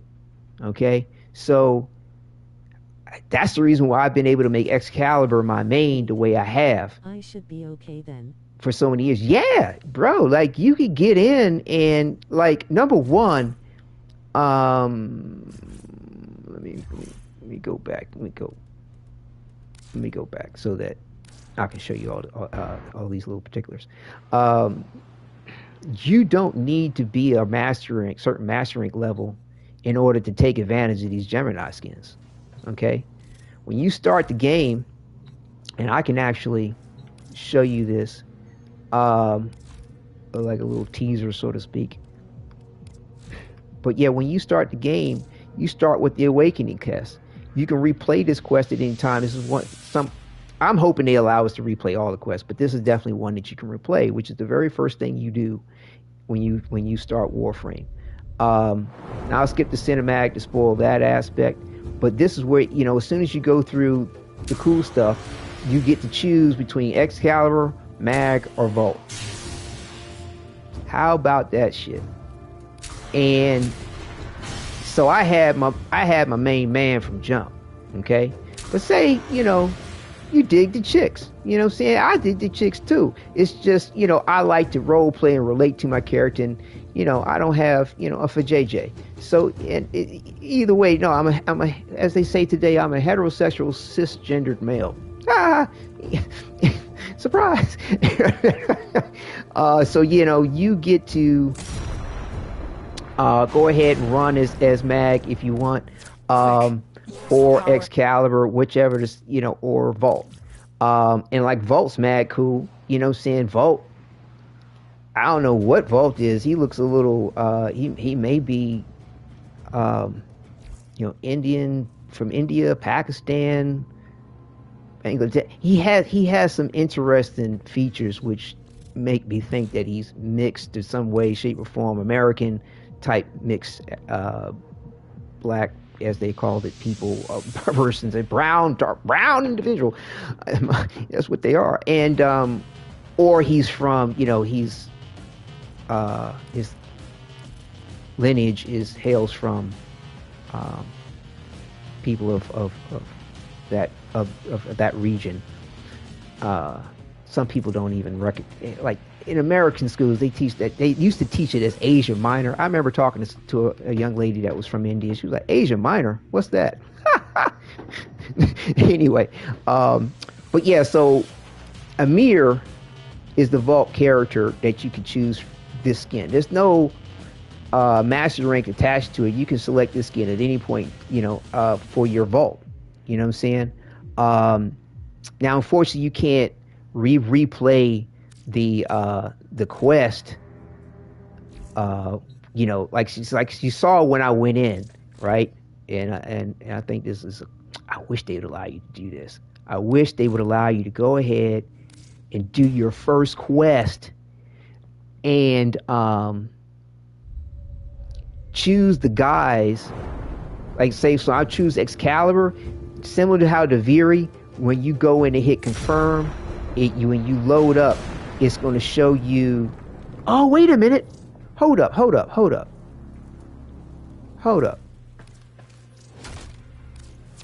Did I see something? Hold up. Oh, snap. I thought I saw something with some color palettes on it. Yo, do you get to custom your shits? Hold up. Cause I'm a vet, but like it's certain stuff that I've been sort of waiting to do because of how I want to set things. And I mean, of course, I could replay it, but it hasn't been a need until now to replay certain quests. If anything,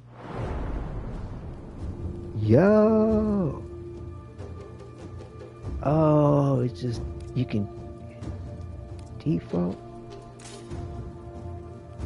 Oh, they only give you a select palettes to choose from.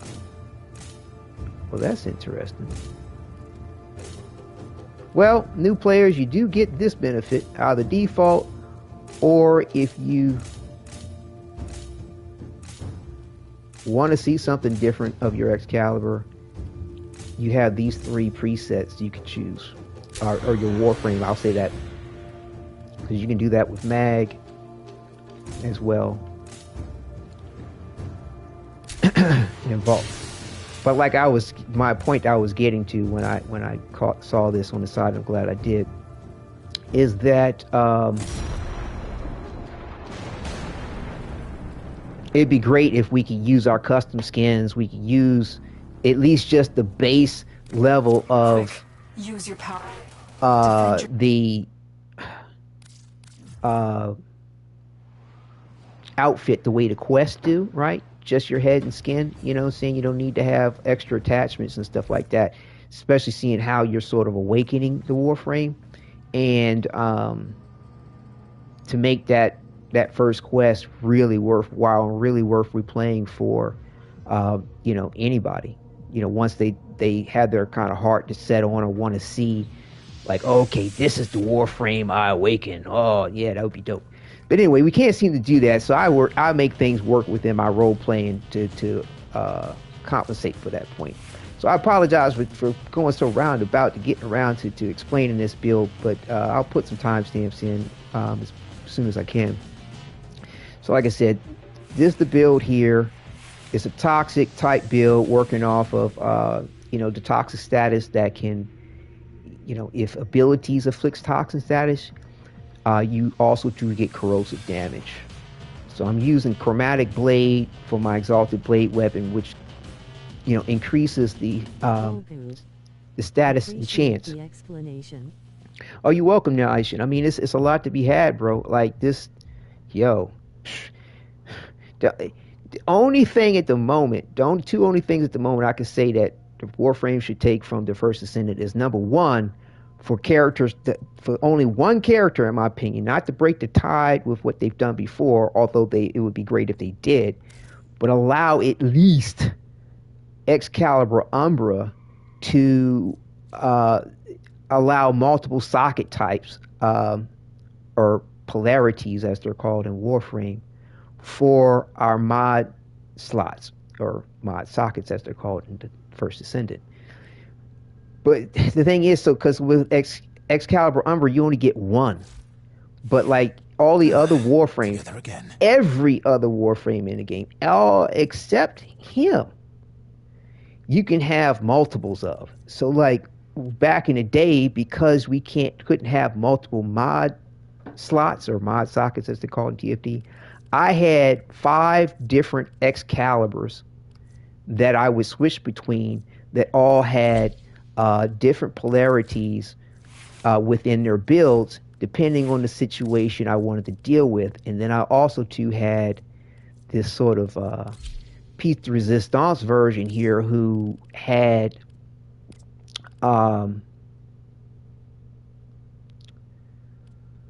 he had let me get my words together here. A combination of everything in the way that my Umbra has for being a universal build to go to, in which case, regardless of the mission, he's doing what he needs to do to be effective.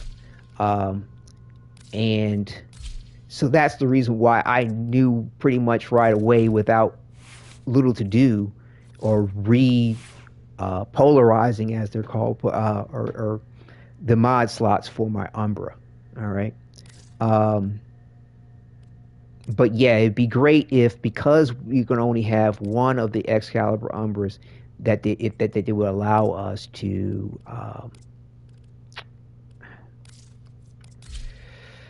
what's the word I'm looking for?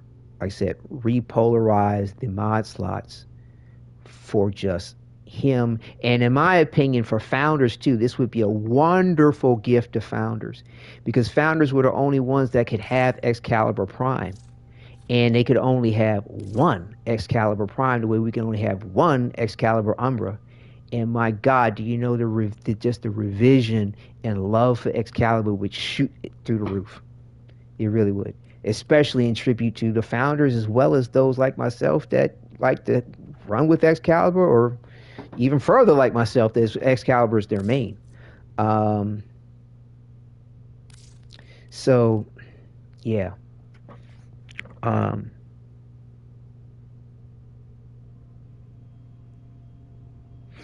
was trying to think.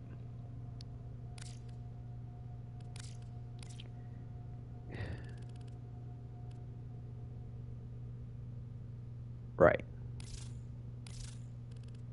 So like I said, when you put on any skin, make sure you go to your defaults, just so you know what's up and you don't get confused.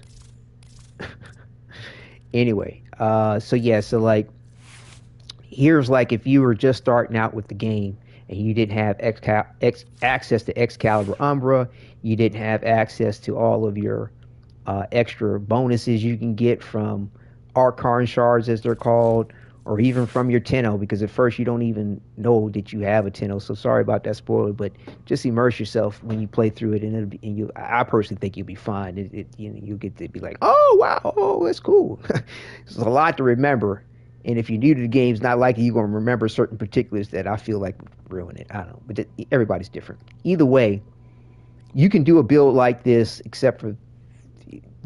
Actually, you do a build like this right away. You just need to kind of add a little platinum, to pay to play sooner, pay to play more powerfully sooner. If I have extras, I can trade with you, and I'll hook you up with an extra with some of these mods if I have extras of them to do so, or even the ability to grab an extra. I mean, you know what I'm saying? For certain people, I'll hook you up, bro. And I mean, it's nice to have some gift giving too along the way. And that's the thing you can do in Warframe, is you can actually give gifts, to other Tenno, you know what I'm saying, from the marketplace. So where is it at? Right, here it is, gift. So like if I wanted to gift that to somebody, I could do so.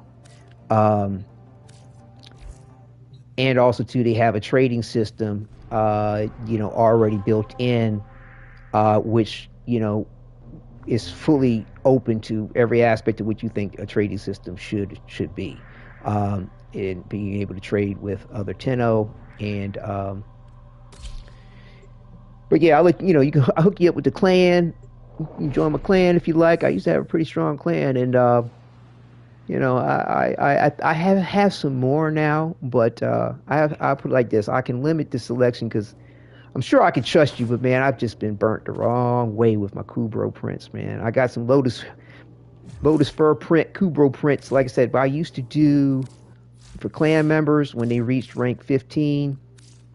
I used to hook them up with Lotus Huros blueprints so that, you know, they could rock a Lotus Huros when they wanted to and had the bragging rights and be like, yeah, I'm part of Clan Invictus. You know what I'm saying? That's what's up. But yeah, you can.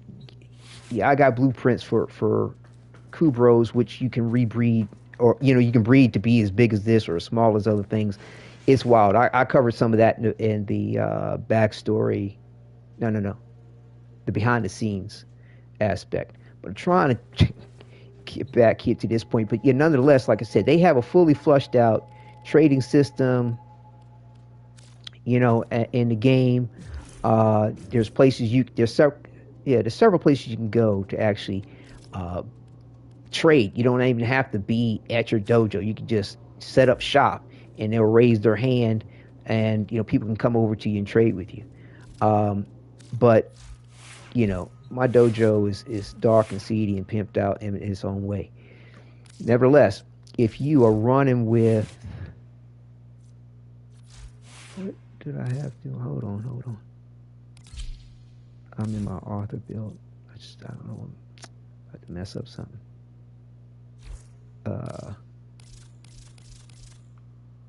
Okay, make sure I'm right. Okay.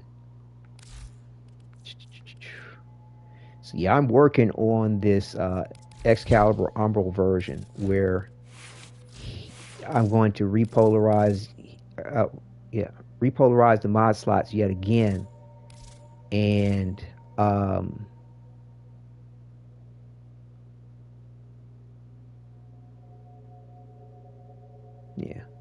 see, like I said, I'm thinking about using this one for the quest because you can't even toggle prime details on this one, which is great in its own way.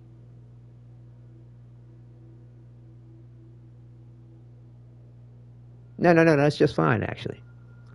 That's fine. It's fine because that plays into my backstory for this Umbra Part 2 author, and you know, I'm not going to spoil that right now. But what you'll see play out will make sense when it gets to it. You may even guess the point as I do it. So like I said, to the build thing, you know, I like a good bit of survivability regardless of the circumstance, plain and simple. You know, if you don't have energy to do what you need to do, it's a little hard to do it. So I have things to compensate for that. And sometimes you need a certain amount of power to do certain things. And so it's a give and take that you have to account for within your build. But take a look at it. Like I said, this one here is set up because it's an Umbral build that I'm going to work on. So it's got other mods in it that you couldn't standardly get. But there is a continuity mod to increase your duration that you can get and substitute without any issues. And like I said, so you know, you have a regular continuity that you could pop in there. These things are fairly common to get.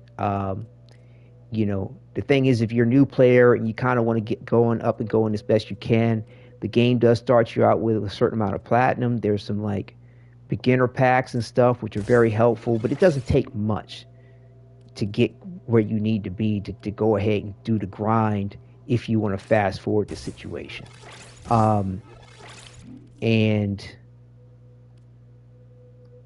yeah, and so you'd be able to do pretty much, you can do everything that I'm doing on your regular Excalibur with this build. And like I said, you can get all these things from the market. Like I have Nullifier here to make sure that when I transfer in and out of my Warframe, nothing's going to keep me from, excuse me, that's not this one. Excuse me, that's not Nullifier. This one here keeps magnetic damage from wiping out my power. Like I said, if you don't have power, you can't fight. But you want to do damage, you know, so this increased my critical hit. This here gives me elemental damage to my Exalted Blade. These things reduce make my Warframe more efficient. These mods here, this mod here makes my Warframe more powerful. These mods here add durability to my Warframe as far as vitality and armor, or health and armor. In this mod, it affects my duration. And this mod here gives me health back. It gives me energy back when my health is damaged. Like when you... So I have a way to kind of perpetually keep him in the game, fighting. Because combined with this on my melee weapon, unless my melee weapon gets taken from me, which I can compensate for that too. But with my melee weapon, I have a mod called Life Strike, which if I do a heavy attack, I can gain health based on the damage I deal. So with the damage I take, I get energy. With the in order to recover health from the damage I take and the energy I gain, I have a mod which gives me health back when hitting an enemy. So I got to hit the enemy with the sword. Now there's other weapons too, other things in the game which can aid in giving you health too. But my Exalted Blade has the same thing set up as far as giving me health back on a heavy attack. So because of my efficiency, because of the durability, I hate the fact that, man, this Exalted Blade doesn't change shape with the custom Zato Blade. Like that's unfortunate. Either way, because that's another thing that changes with the Zato skin. The Exalted Blade for Excalibur is different. But yeah, you can get this skin straight from Jump too, for your Excalibur, which is cool. And it comes with its own custom looking Exalted Blade, but it doesn't map well to the energy output of it. Hold on. I think there's an option which you can deselect, which would take that away. I was considering that too. Yeah, so the build, this is, like I said, standard Excalibur, but all these things carry over to my Umbra, of course. And so, like I said, the aspect of health return is further enhanced, and damage is further enhanced with this mod here, because I'm using a chromatic blade, and this changes the normal damage types to elemental damage types. So you can do various different rearrangements of damage types to make other damage types too. But I want it, as long as I have toxic output, doesn't matter how much, I get a bonus corrosive damage, another element, against the enemy. Then I will put the Archon shards in him, but for right now, like, that's a good summary, some summary for the base Excalibur.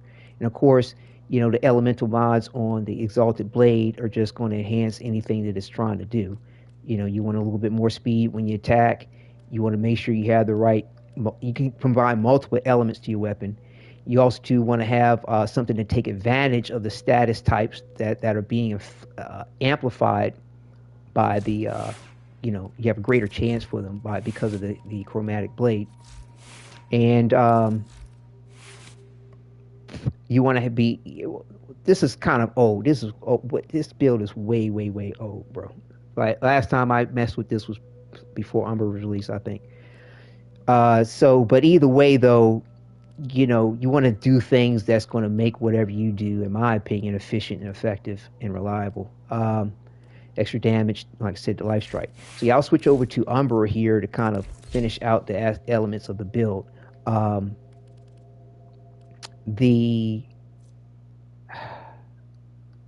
Because the thing is that to tie things in further, I have these Archon shards where the toxin damage that I'm putting out that gives me corrosive damage on top of it gives me health back each time an enemy is damaged. They don't have to die, they just got to be hurt. And with the Exalted Blade and the wave that it sends out, it's slashing through multiple enemies. It's cutting through walls. It's long and hard all day strong. You know, Sharon wished in the first scene. Wished. I wish. Anyway.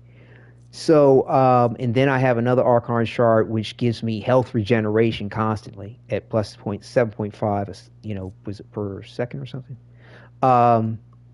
And then I have this melee mod for critical damage, which works off of my extra capacity that I have for my energy, okay?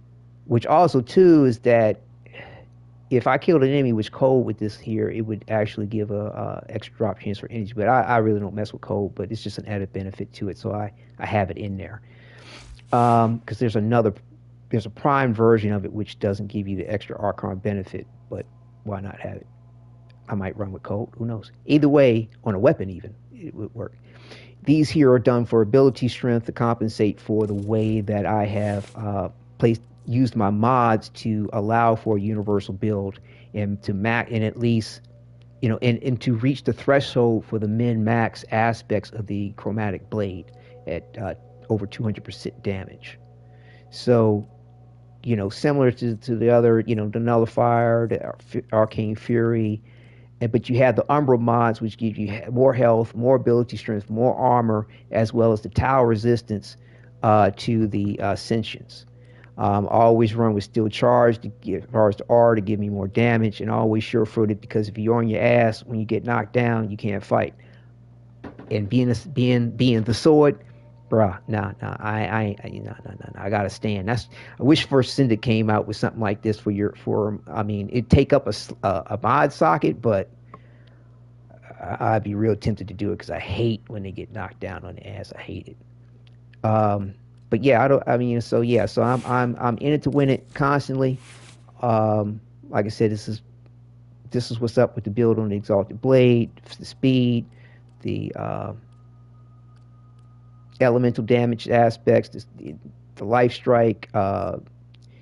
There's a new set of type of mods which gives you an aspect not to consume energy and make certain heavy attacks more effective. It's really cool. And then the stance mod. So I think that's pretty much the long and short of it. But also too, I marry my survival with my pets. So like, let me go where there's some more light, because it's all dark and seedy, and I don't. I can see what I need to do, but I'm sure you, the viewers, sitting there going, "What? You gotta? It's all this black. Can't see shit."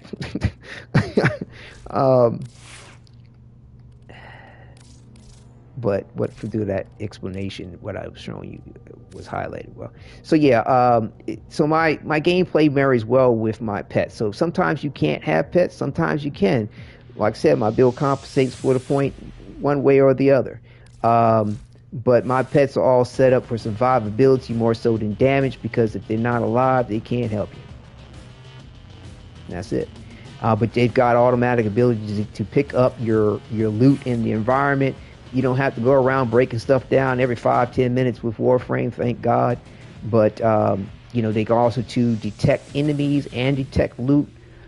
They can heal you, they can revive you, and they have special talents. Like I personally like running with the Huros, because you can turn invisible if enemies were within detection. And on top of that, when you're cloaked, you can still use your abilities as long as you don't use an actual weapon attack or melee attack. So very effective for using cloaking stealth abilities. And then you have their damage mods, which, like, what? I thought I set him up already. This was... Did I not set him up? What? They got all the install too. What? I thought, oh, that's right. I was running with the other one. That's the reason why. Whatever. Set up now. So those are your damage types, but also too, like I said, I like to run with, you know, if invisibility isn't necessary, or bottom line, if I'm worried about using up a revive, or I cannot be revived and the mission would fail or something weird like that, I like running with the Vasca because they have this thing called transfusion. Sweet. I'll keep this on in the background. Bruh. Gonna finish last day of work for the week. Ah, okay, Aishin, appreciate you. Thank you for tuning in, and enjoy your work day, and hope it ends soon, and hope this information is helpful to you and others as well. And bro, let me tell you, I've been real quiet about Warframe for a minute because I was waiting to see what they're going to do with this 1999 material, and you know, I'm a bit of a fanboy, so you know, there you go. But yeah, as far as survivability, your Vasca can basically, if you go down, you take lethal damage or something like that where you have to be revived, the Vasca will just make you pop right back up. And the game won't even register it as if you were down. There's some missions where if you go down but can still be revived, it doesn't matter. You're still you're out of luck in some kind of way, either for the mission or reward.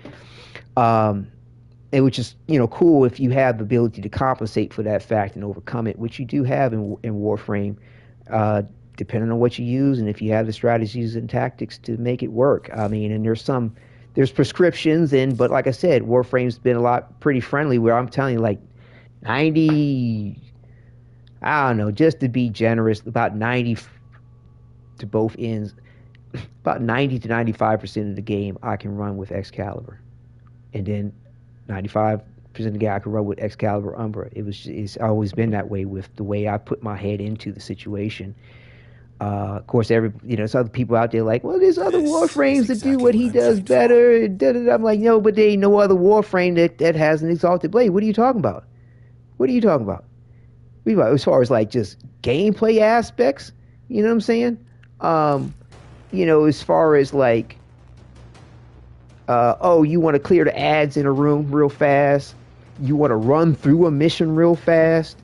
You want to take damage super, super well. You want to deal the biggest amounts of damage. Well, number one, Excalibur has one of the greatest power strengths in the game. You can max it out to. Also, too, like I said, bottom line, regardless of whatever else can be done in the game, as far as gameplay, function-wise, there's nothing else that has the exalted blade. Plain and simple. So no, I ain't letting go of the sword, bruh. It ain't happening. You know, there's an adage in the game that says, ninjas play for free. All right, I admit I'm not a ninja because I have bought a lot of shit. I've supported the game for sure. So I consider myself a samurai. I'm just saying, they say in the lore, a samurai swordsman never loses his grip on his blade. So I ain't letting go of my Excalibur. Nah. I get to be the sword. So forget about it. Anyway, so, you know, to each their own. It's all good. That's how I'm passionate about it. So, the other things in regard to, like, the build, I guess, on the last particular notes, like I said, it's the pets, the aspect. Also, too, like, this particular build, I'm role-playing with for the 1999 content. But, these over here, you can use the helmet system to change your Warframe's abilities. These things won't be available to a new time, first in line, a newcomer, a new Tenno, but they will be. And you can actually trick it out where you have, you can customize your abilities for your Warframe based on the abilities that the helmet has absorbed. You got to basically feed this thing your Warframes. Personally, I would wait till you get your Prime version and then feed it your standard version. But if you're impatient for the ability and can't let go of it or don't want to, you can just build a regular Warframe again or buy one. Doesn't need to be leveled up or anything, and just feed it to it, and it would, you know, eat it, and then you would get the abilities from it. That's how I'm tying this into my Myth and Lore 2. The end product of this will be in my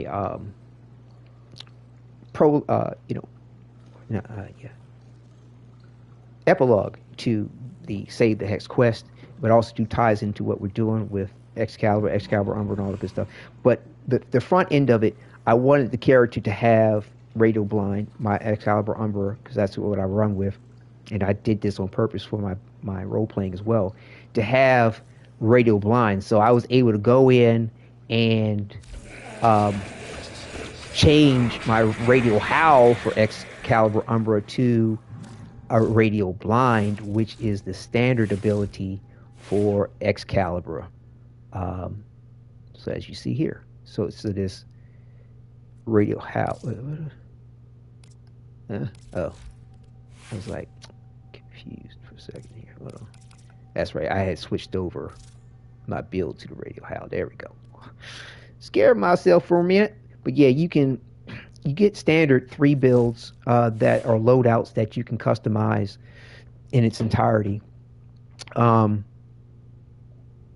So, and then, the point as far as like your strategy, skills, and tactics has a lot to do with your gear, health, aspects, energy, ammo.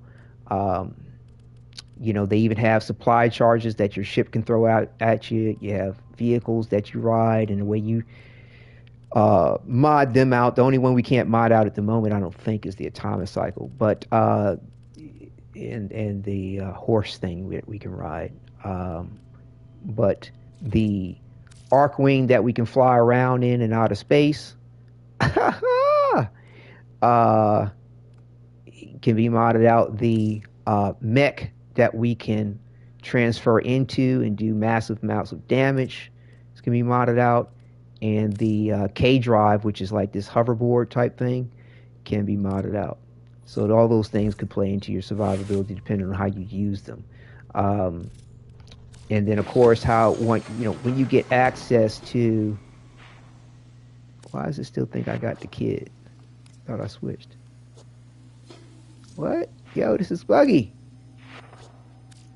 What the... This should switch me to my drifter. Thank you. Yo, why is it acting buggy like that? Ooh, I don't like that.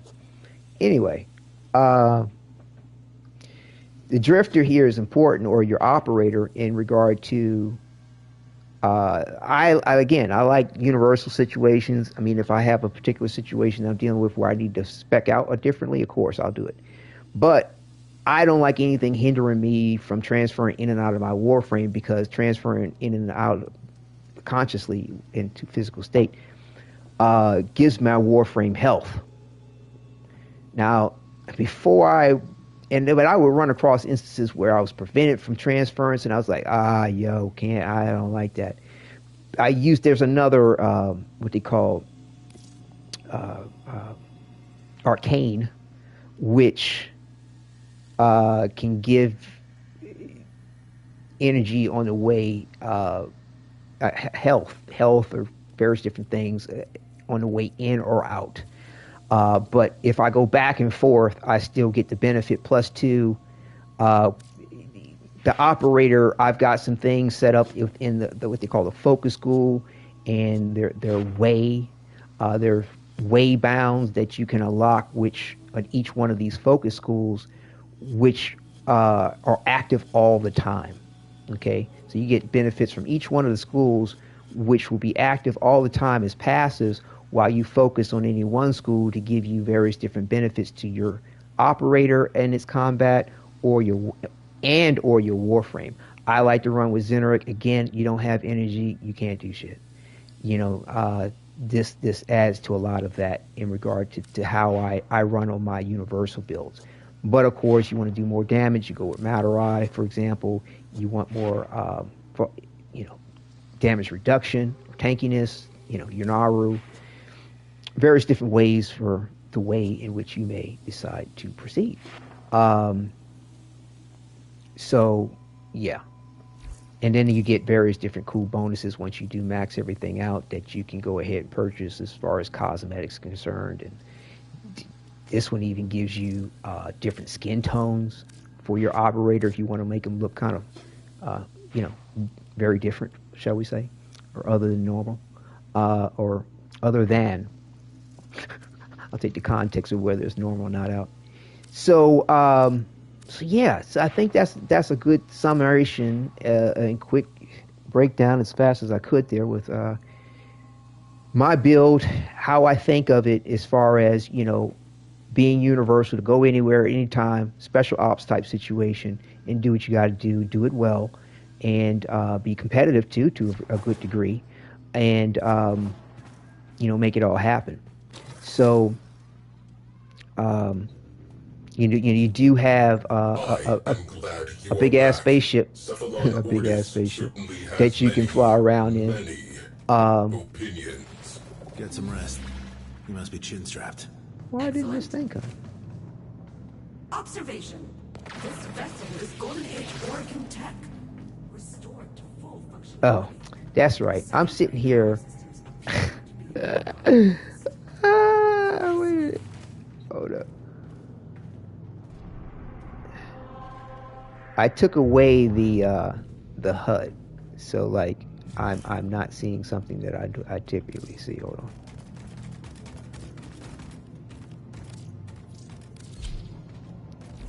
So yeah, mad options as far as how to customize and personalize. Where's the controls? What the fuck? Hold up.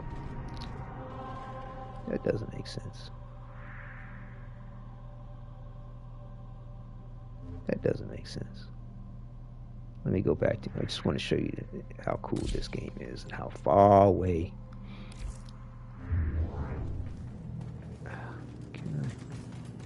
The first descendant is from this.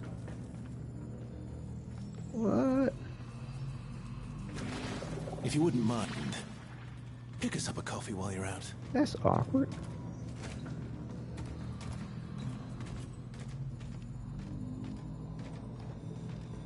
Yeah. I thought this was a little bit different. I've been to my ship in a minute, but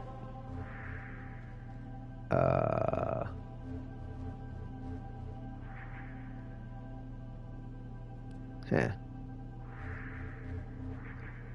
me see something real quick. But yeah, you get to see what this is like.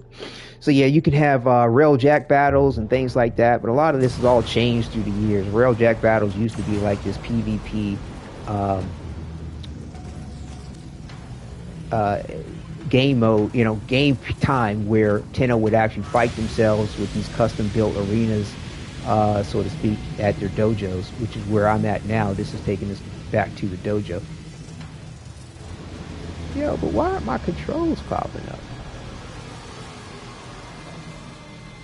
Oh, you know what? Wow, I bet you this sacrifice quest has locked me out a lot of stuff. Because the railjack doesn't come till after the sacrifice, if I'm not mistaken. There's a mission that you go on to get this ship. And he can't operate. What? What? That's wild how much these quests affect the universe. Wow, and that's why he can't leave. But I can physically go back and forth and to and from the same way I was doing with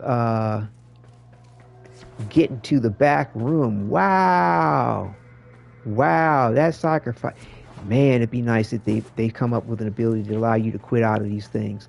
But I mean, the code is so intricate. I bet you things are tied in such a way when it comes to rewards and accomplishments and getting through things, it wouldn't happen. But yeah, this is a part of the dojo too. But again, I got my dojo set up. I don't know if you can see the mini map. Let me turn it around. My dojo is set up, and you can actually see the layers stair-stepping down into my dojo to be able to look like the way the dojo looks in the map for our navigation. I'll show you. I pointed this out in I believe it's the backstory, not backstory, but the I pointed this out in I think in both the setting up and talking about the myth and lore and stuff. But bottom line is my dojo is strategically built to fit within this structure, or the look of this structure. You can build your dojo however you want, and people do, and they have some fantastic looking stuff. But I haven't come across anybody yet to make one that would be functionally sound in it. Form and function, devil in the details. But yeah, this is the transporter. You can see how I've got everything leveled very well within the game, and everything is functionally sound and looks legit. And you don't need to transport around to anything. You could actually physically go to any one of the levels in the game, and how they're set up. See how they're stair stepped like this, and yeah, it all makes sense. It all makes sense. It all looks good. You know, a lot of cool, very, very awesome environments that you can create in Dojo. Now I'm in the process of redecorating a little bit because I finally got the color pattern for black, and you know, as you see, I've already started making it all dark and seedy. But yeah, I mean, a lot of care was taken in the Dojo to make sure that when you look out a window, it's facing the right direction. They've made some improvements though on that, where you don't have to take as much care as I did back in the day to make sure that when you go from one room to another and you can see out the window, you're all looking in the same the appropriate direction, and you can see what is out of the window. Yeah. So yeah, look, everybody's looking in the appropriate direction. Sometimes the perspective is a little different, but like I said, that could be explained in different ways because of the glass and the way it may magnify the situation. So I didn't worry about that particular devil in that detail. But yeah, I've just realized, you know, dealing with the rail jack and showing that off, that there's yet even a further reason why it would behoove me to get rid of this sacrifice quest, because this is just wiggity whack, y'all. Wiggity whack.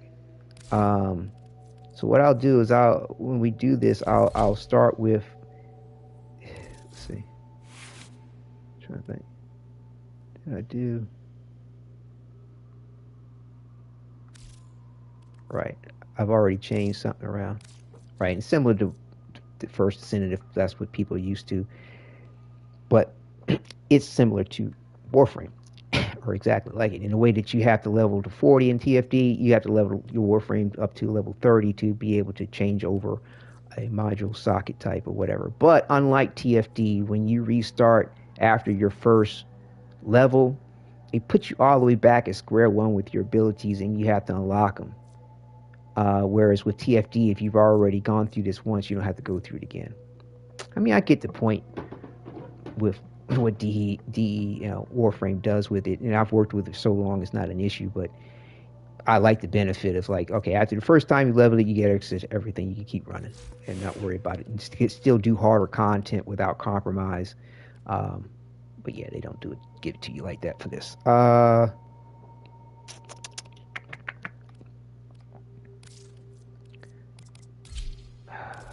think I need to.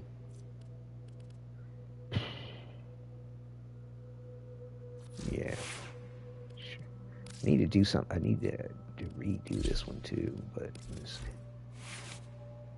Oh, yeah, that's right.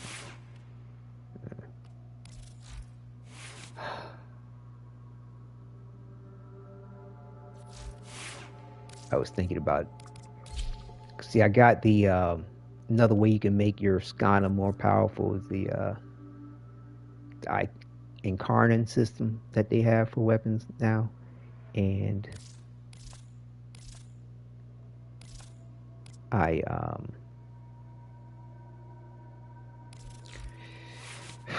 was thinking about doing some Umbra mods for this one.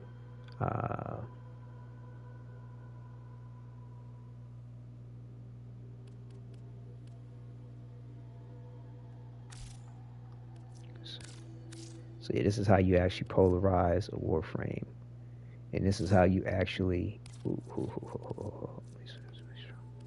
sure I don't mess things up. So yeah, these are your Umbra mods here. Melee damage, suppression, and this is critical chance, right? Okay, so we don't have critical chance right now. And the way they've evolved the melee system, I could I'll put, hey, what are you doing? pressing the wrong button because I'm used to other stuff. There we go. But that's supposed. All right.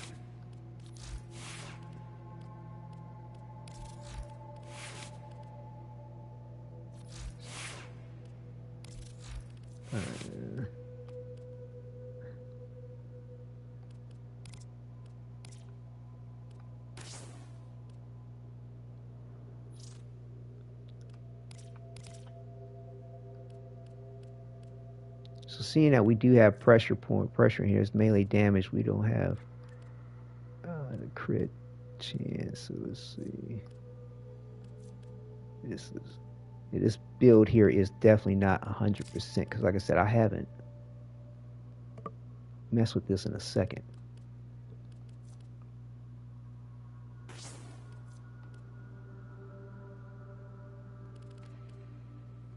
Oh, this is that C build.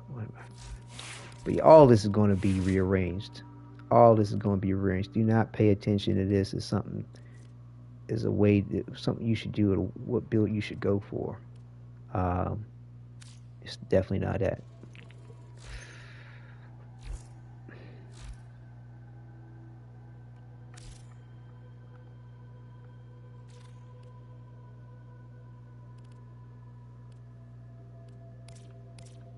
But just to sort of take advantage of the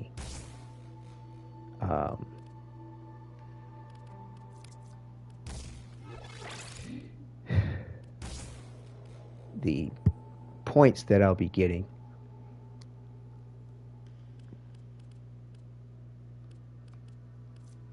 Yeah, it's like to gain the benefit that this gives you for damage to Sentients, because like I said, I'm sort of universal build I'm running here. You do get, it does take a little away from your melee damage, but whatever. I'm not worried.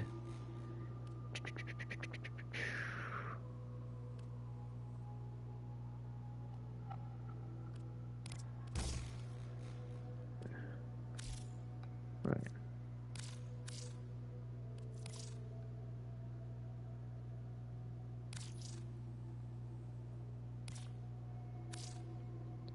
And this is how you polarize a mod socket in Warframe, which gives you more capacity to do more of anything you may want to do.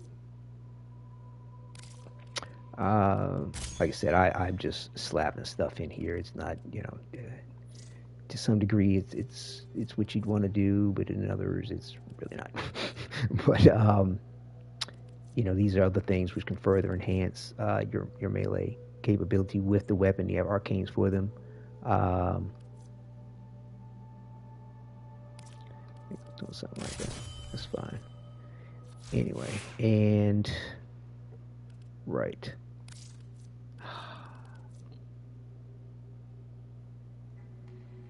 I'm trying to put stuff in here which isn't going to violate or break whatever degree of immersion may be necessary for me that I may want to enjoy. So I think these things were around. Actually, it doesn't even matter because, like, the continuity of things always can come together in a way of its possibilities that Warframe writes to allow you to write in whatever you want to the circumstance whenever you want, in certain ways. And in other ways, you're not, because certain things are canon to the singularity or the single pointedness of what happens, regardless of everything else. But certain things like weapons per se, you know, they're flexible to the point. I like these weapons here because they're kind of like organic infested. So like if I don't show weapons, it makes a lot of sense to my role play and the fact that they just come out of their body. All nasty like. But like the swords I tend to like to have visible, but I don't know how this is going to look with this skin. I don't even know if I've ever worn this weapon. I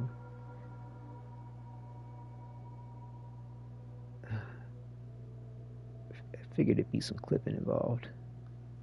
But what's nice is that you can change the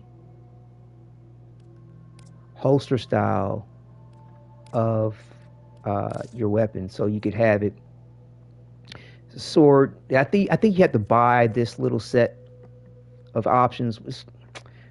I can't remember if it was free, and it might be free by now. But either way, it's not expensive, like 10 cents or some dumb shit. But you can have the weapon on your hip, right? You can the right side, you can have it on the left side. So like I said, I do all that based on my fashion preferences and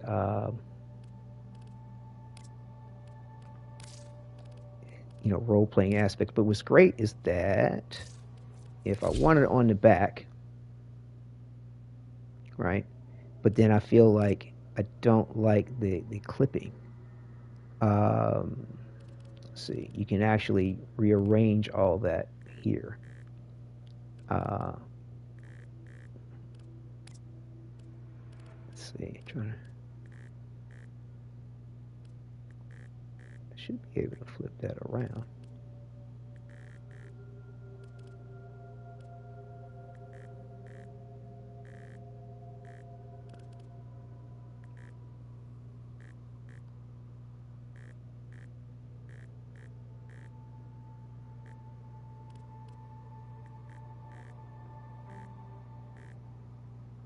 Is that as far right as I can go with it?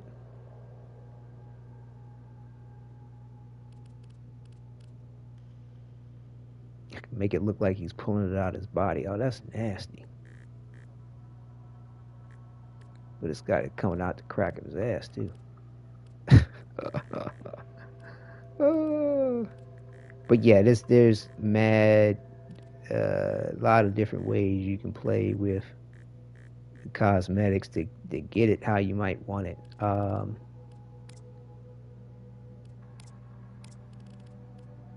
yeah, like sometimes it's time consuming. It's time consuming to get things right, depending on how particular you are about stuff. Or it's like I said, you can just go ahead and do their default settings for it, let it ride however it might ride, or go ahead and just hit none, and then like whatever it's let's say Excalibur special, you could pull it out of his body, or like you can use, like, similar to the primary and secondary weapons, they have melee weapons too that are infested, looking like they came out of his body. So you can do that too. And you know what? Fuck it. I ain't that pressed about these. I would rather see shit that makes sense to me for my role playing for the purpose of all this than to not. So we're gonna go with infested on these shits, so that there's other types too that I could choose. For the point of this quest, the quests tend to be very friendly and not being, you gotta be extra OP and it's some kind of damage and fucking damage and survivability check. Nah, they don't put you through that. Thank goodness they don't put you through that.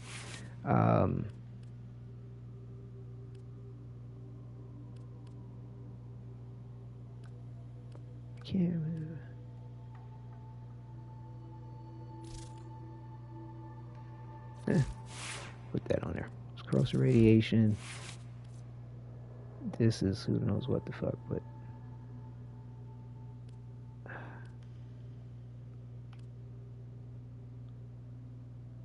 damn, I don't even have a life strike on this build.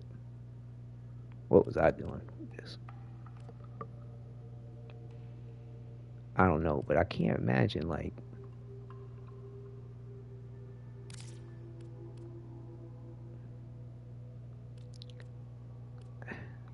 can't imagine it's going to be that crazy. Like I said, do not pay attention or like that this build is something as a take-home note. This is old, from back in the day with Warframe's melee. Yeah, like I said, I mean, with the fact that I'll be using the chromatic blade the way I will be, I don't think there'll be an issue. yeah, yeah. That's right.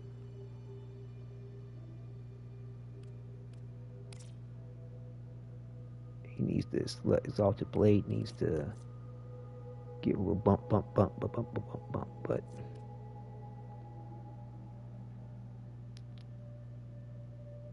now, let me just check this. It's gonna be based off of this Disciples Merit. Screenshot that real quick. And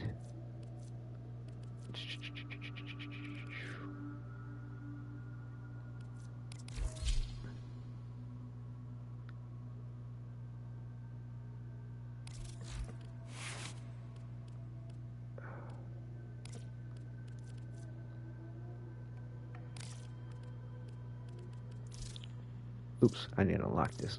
Okay, so like if you have X-list slots, you know you can build these things to unlock these for free. If you don't, you could use platinum to unlock the mod sockets. Oh, increase my capability, my capacity too. Oh, cool. Cool. Yeah. Screenshot. Sacrifice pressure of all is rotated edge, strike, and scourge. Rotated edge.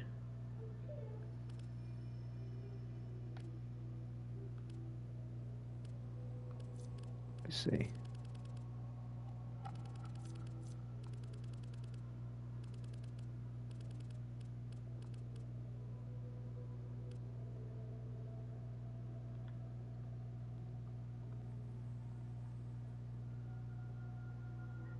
Volcanic edge, strike, and scourge.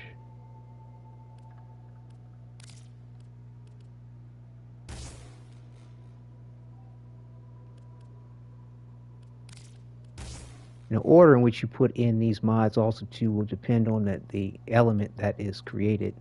And with Excalibur, Umbra, and the Chromatic Blade, depending on your power color, will depend on the element that they deal damage. It's here. It's these colors here. Your emissive color. See how it shows a little element of fire? That means I'm putting out fire for the build, but that's not what I really want. I need toxin. So what's great is with my color palette standard, I like black, or I like my lights or my colors on the Warframe to be not bright or too sharp. So luckily this combination gives me toxic damage. And I'm still in with the styling I wish to have. See, it shows toxic damage now that I made that switch. So that's another important point to the Excalibur in his build. Let's see. At least want the sword to be right. Strike, Scourge, Condition Overload. Okay.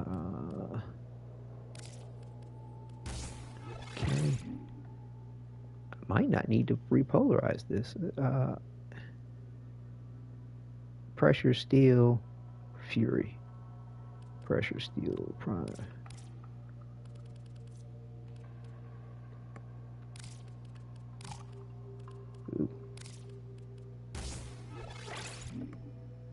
Ooh. Oh, that's right.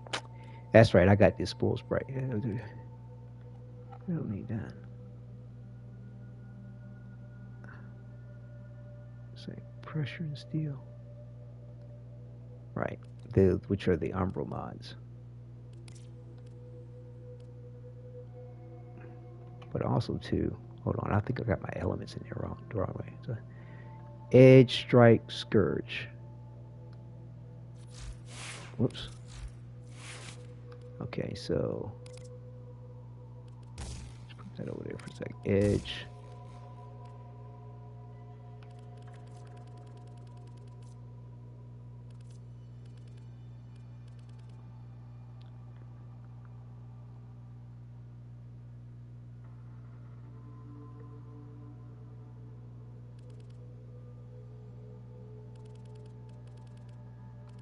Is that the name of it? Yeah.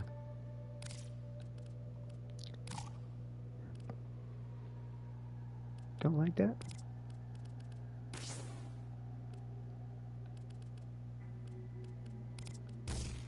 See, I gotta get this order right, or it won't give me the correct results for the...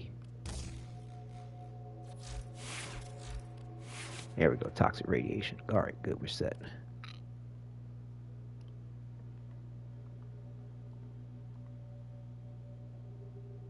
So we got suffer, steel, and sacrificial pressure. Okay, those are Umbra.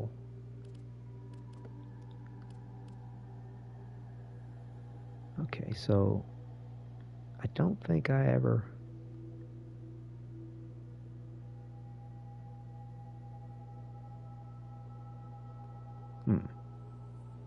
Hold on, let me just double check this. It should be...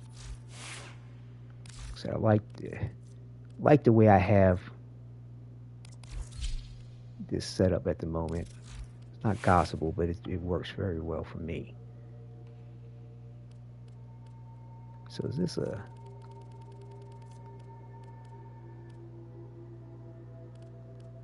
I think that's a different polarity. Hold on.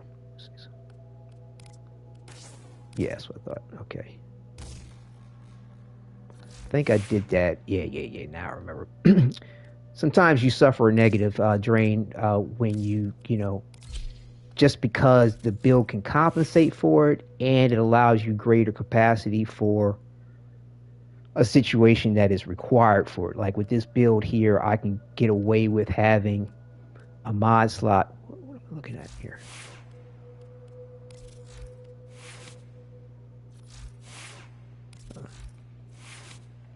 Right, I can get away with having a mod slot that is not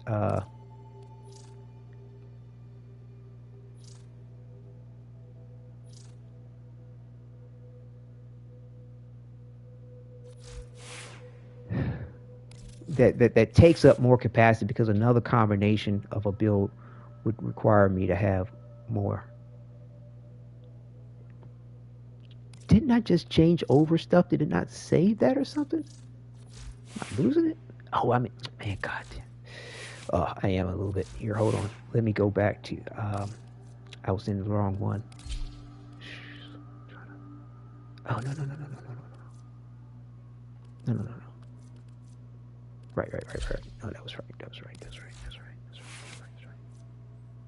But I thought for sure I was changing this around, too.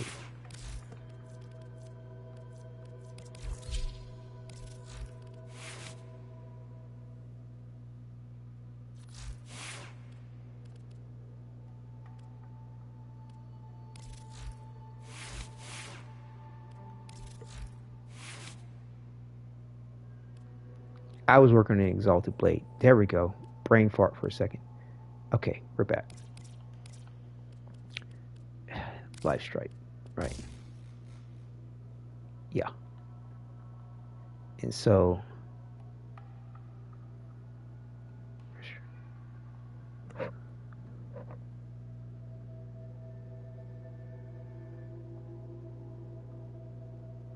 Yeah, the sacrificial pressure and the sacrificial steel will take the place of these two. Let's see.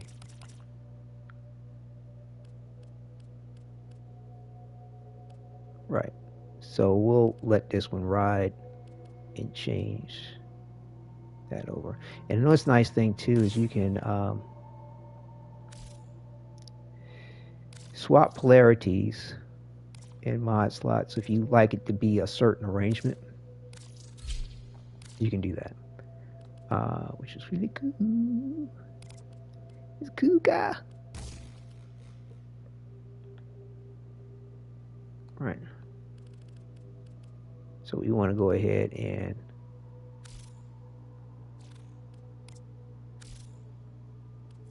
give us a...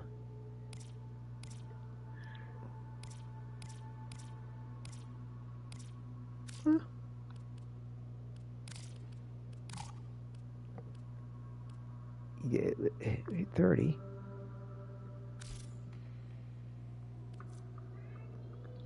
Polarization. Oh, okay, maybe I was pressing the wrong thing. Yeah. Yeah. Yeah. Yeah. Yeah. There we go. There we go. Okay, got a good base going on. Where's the... I know this has an R mod. What the... Well, stance mod. What else the R? You know, they call them stances. When it comes to the weapons, you have a stance mod, and when it comes to the Warframe, you have an R mod. Some odd reason the Exalted Blade mod wasn't sitting in there. Okay, good. There we go. All right, my old crusty, trusty. Like I said, we're so I have flipped and tricked this one out since the beginning. He's my very first Excalibur.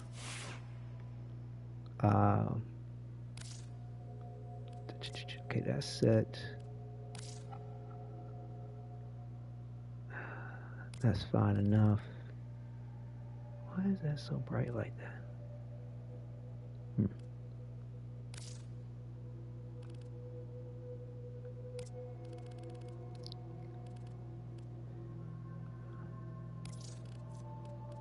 Flip this around.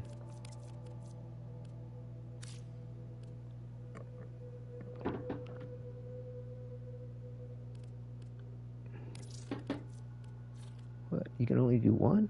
I thought you could do...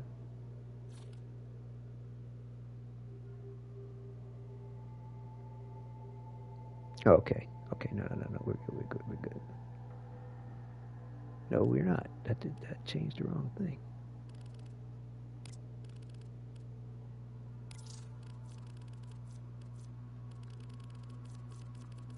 Base Excalibur. Been a minute. There we go. Yeah. No, we want that on the... Yeah. Yeah, that's good. And,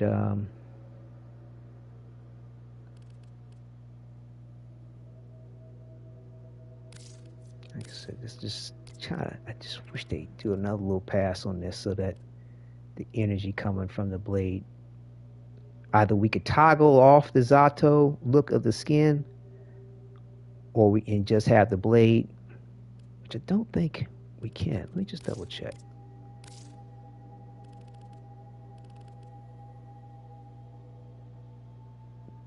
Nah.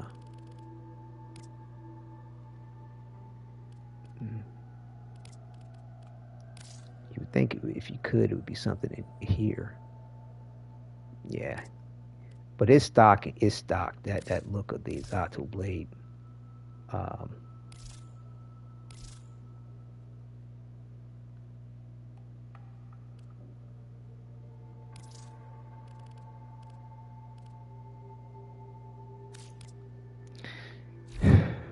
Okay. So he's set up for the quest. Let's go ahead and time we're looking at.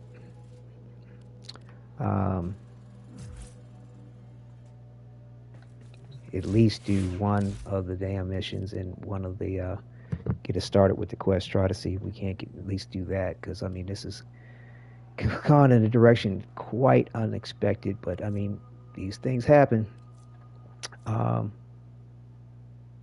unless you already did it, it's hard to compensate for all that. And like I said, I had that unexpected hiccup with this quest, but I believe it could work to the benefit of what I want to see play out in the long run with the role play.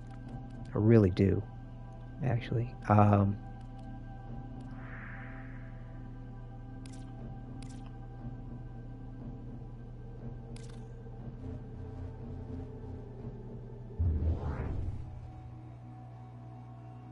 So it's interesting. I got to go to my... There's no entrance for the Hoover Mall. There's no access to it through the regular star chart. You actually have to be at your orbiter in order to get to it.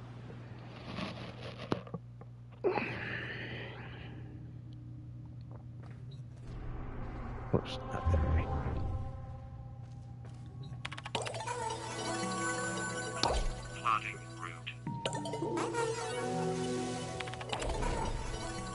Can you just go to... Oh, okay, I don't have to go to the mall to go to these missions. That's good.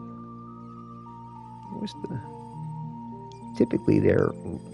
Oh, they're not that way now. Wow. It's fairly significant enemy damage. 65, level 65 to 70. Normally...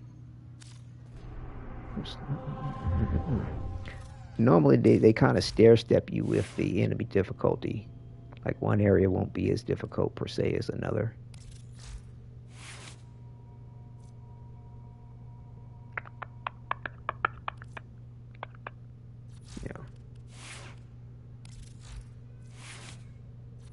Yeah, it's all basics for these. Still trying to work, you know, level them up. Just got them. These are the weapons for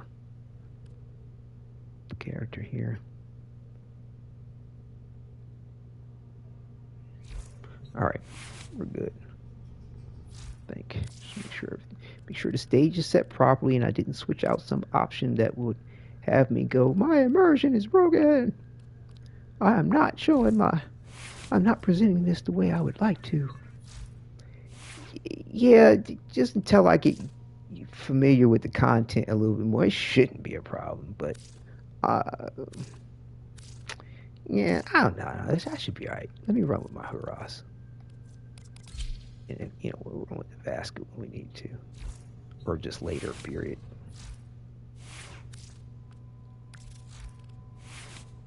Okay. Right. All right. It's interesting how you don't have a fast travel to the little computer thing either.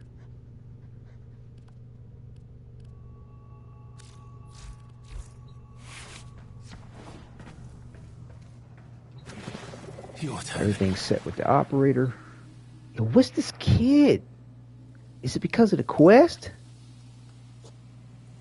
I bet you it's because of the quest that this is acting funny like this. It's gotta be.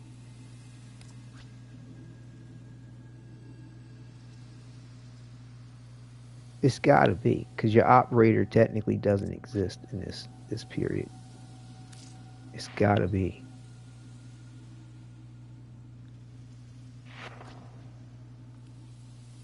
Because another indicator is when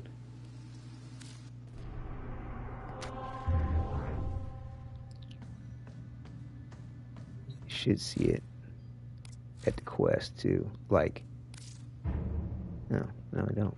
I guess it's because I'm at this point. Normally you see the operator and Umbra in the picture together, but I don't think the other older version is going to be around.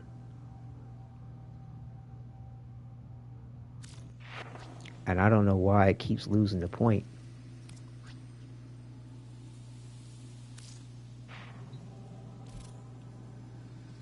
Let me see.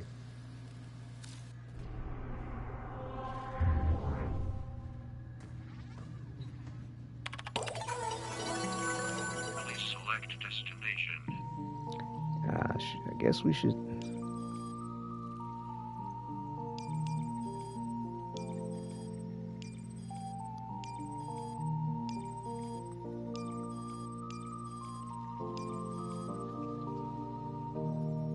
Wow, they give you suggested damage types for this too.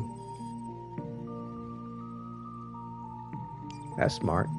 That's very good. Well, we are set up for electric and toxic, so.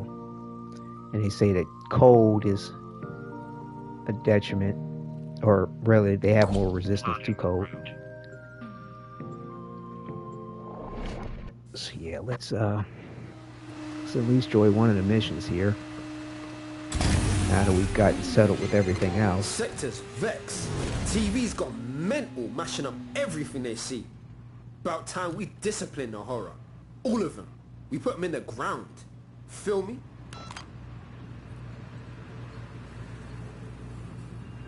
I feel you, bruh.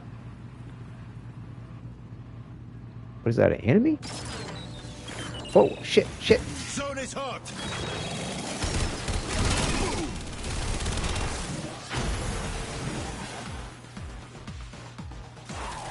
Wasn't expecting all that. Go get him, boy.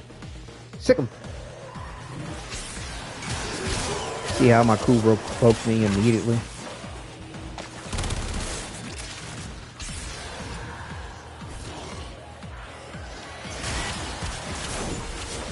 Alright.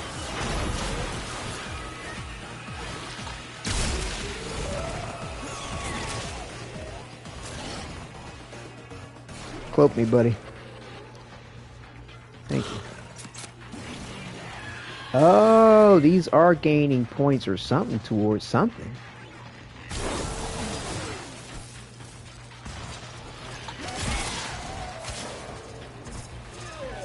I hope this doesn't mess up anything running this mission.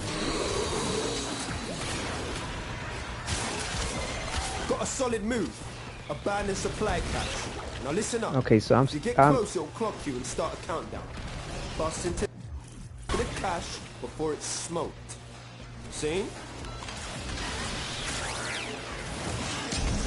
Go ahead, buddy. Do your thing. I love watching Duviri. Ooh, man, took out Big Boy all by itself.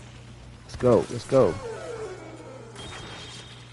This is the other cool part to using the Protoframe skins with on Excalibur Umbra. You get to watch your character in action. Get worksy. A fewer fervon charges should pop it. But know this. Open that thing and the tech rot will get riled up crazy.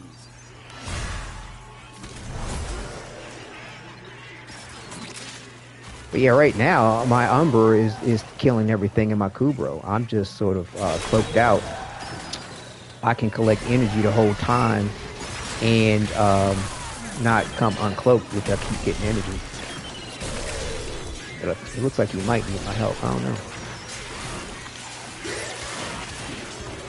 But yeah, Arthur, my Arthur, because he's not technically. Yeah. See that radial blind? Yeah. Nice. Still can't believe I let you do this. Target is down.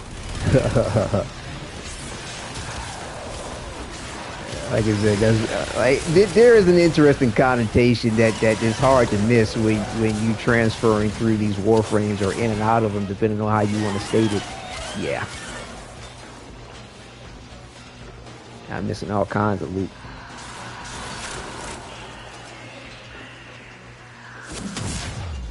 That's okay. We really don't have all day to belabor the point right now.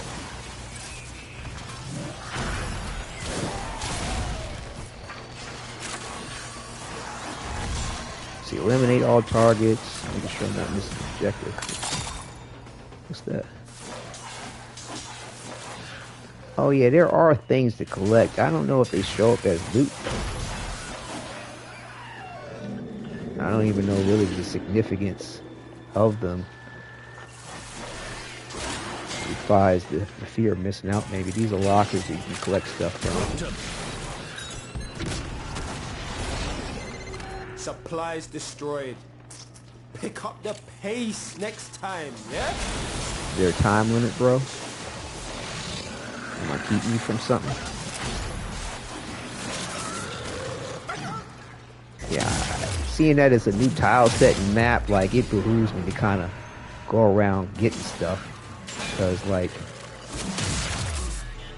the resources are still new to be obtained.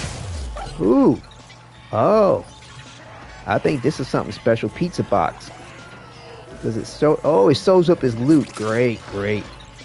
Yeah, that's what I'm talking about. Oh, it's 1 of 8. Is that in the mission or all together that I have to collect? Yeah.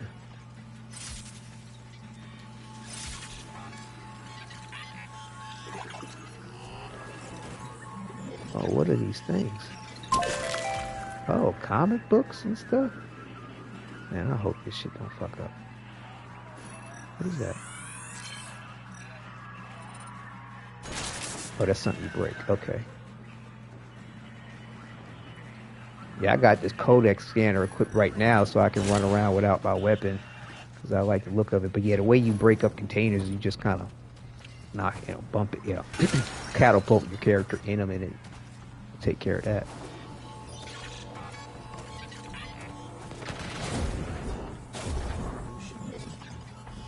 Wow. Nice. These things are all in the environment. That's awesome. Now, when you're in your Tenno form, unfortunately, you don't get the benefit of the radar enhancements that you do with your pet.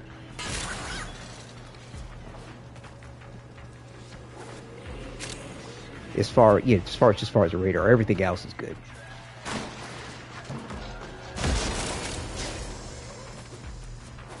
Yeah, right now we kind of want to be greedy when it comes to the loot. Let's go. Still getting used to the atomic cycle.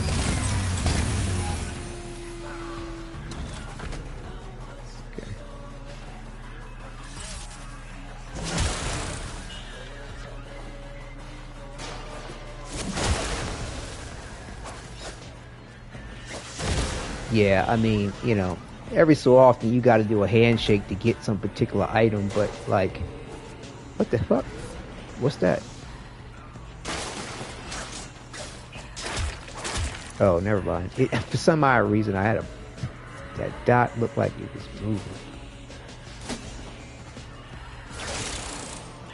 But yeah, see, there's a true parkour and movement system in this game, unlike the first Descendant, where you roll, double jump, and grapple hook. That's a movement system. That's not parkour. Now, granted, you, movement system in Warframe's evolved over the years, but like even still in this initial phase, it was still way more than that. Okay, so we're good. Now this is more like it.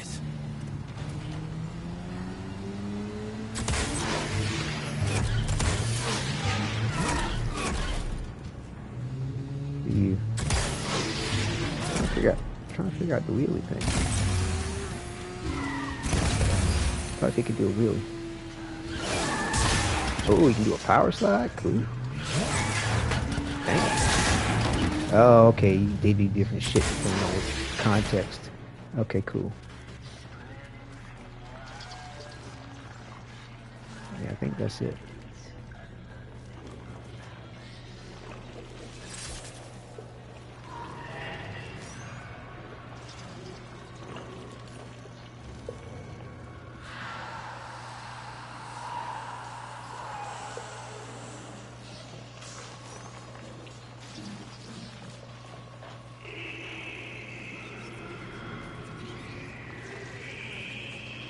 Question is, do they have stuff in the environment that is not detected by the radar?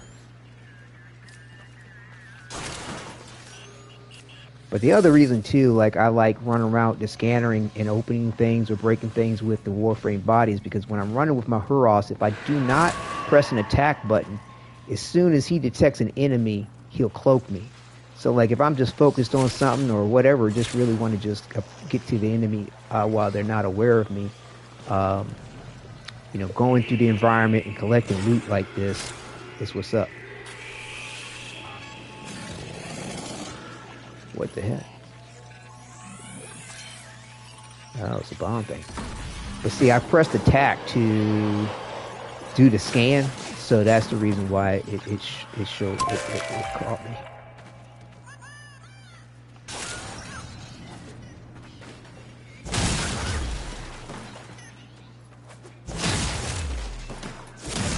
And that's the way you open up multiple things at once in a particular area. And I mean, it's like the ground attack is so powerful that it can break up stuff below you too at times.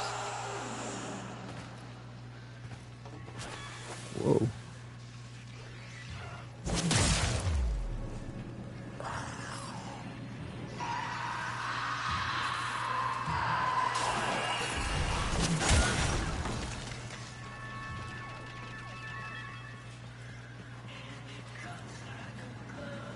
Oh man, these new environments are nice.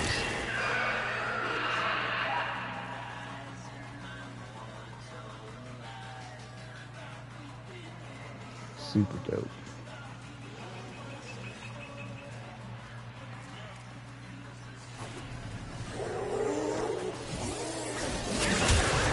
Let's get to business.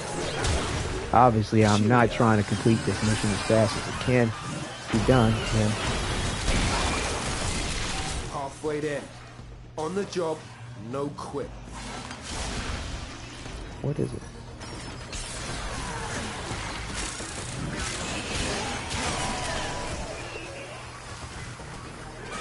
Yeah, see how my Kubo cloaks me and I can still use my abilities? This is what I was referencing.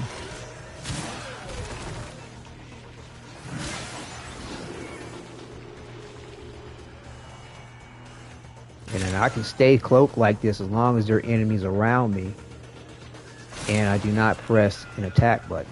Or if I get out of range of the enemies.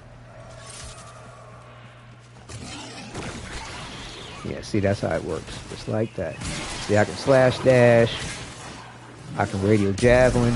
I actually had some wild build one time. There's a cosmetic called the Rift Sigil, and it's a super difficult mission to get through when it was available. You could only get it in that mission. It wasn't some like just get it whenever you want kind of thing. And then they made it available for anybody. Whatever, get it whenever you want, I think. But either way, or somewhat. So yeah, I stayed cloaked out with my Huros and we just radio javelin and just keep supplying power. And I had this mad range, mad power build, just nuking shit across the whole board. But that was way back in the day, before a lot of things changed, improved for other characters as well. Does this thing see me? I don't think I killed that. I think Makubo did.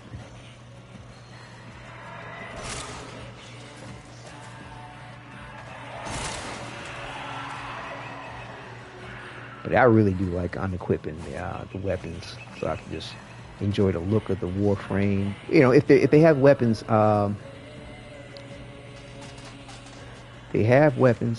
it's cool showing. But if they don't, then it's all right. What? Engaging.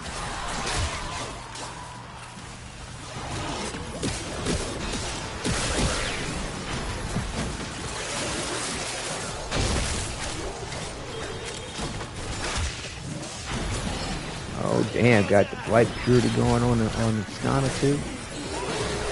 I don't like this shit.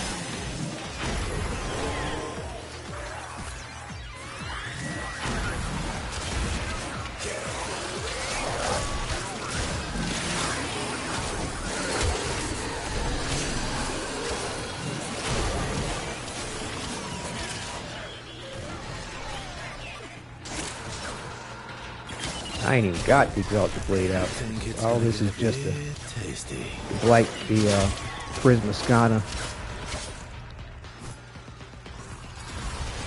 Wait a minute, I kind of forgot.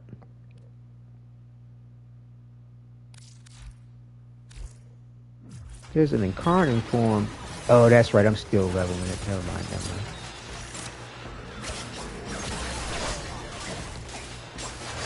Yeah, the incarnate weapons will actually change the look of your physical weapon.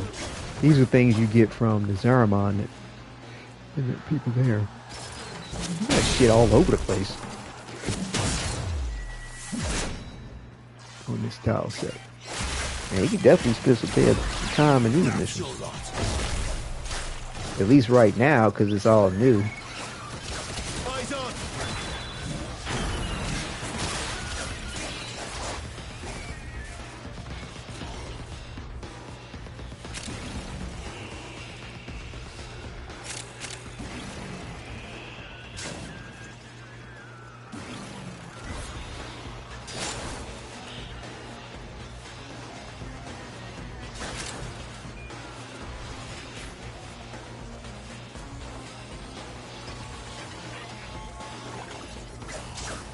Goodies. Is something? I thought I saw something to collect over here. Oh, there is. What's this? Hex treasure.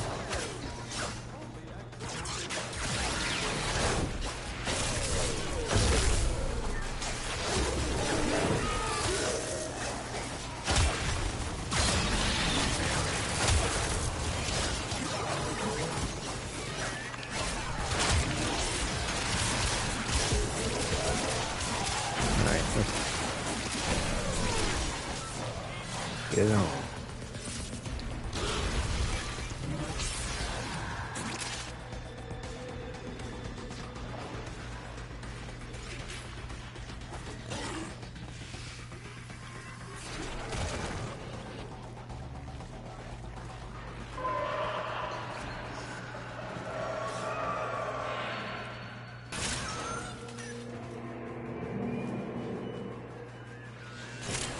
Must be arranging this enemy somewhere.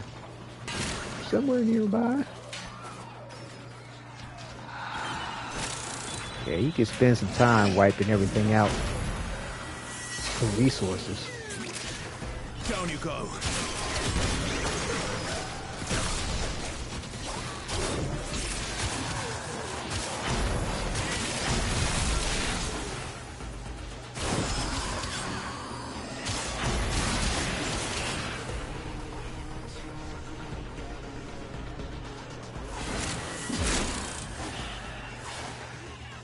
Give me the loot, give me the loot.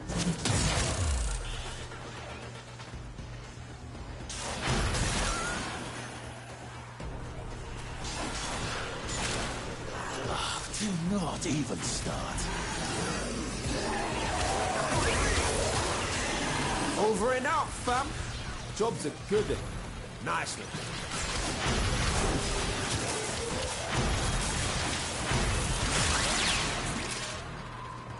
Oh yeah, we can take him out quick.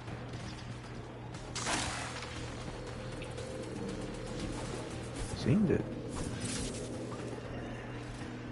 Okay, we got everybody. We got enough enemies to leave. Doesn't seem to be still spawning some enemies. Oh, is that the Blight period? Oh, damn! I love the effect that they gave that. That's cool. That's cool. That's cool.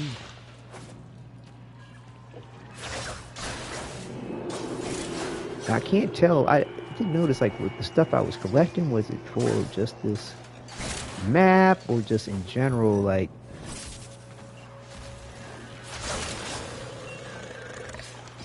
Got him. Yeah, this shit's white. Smashing, nice.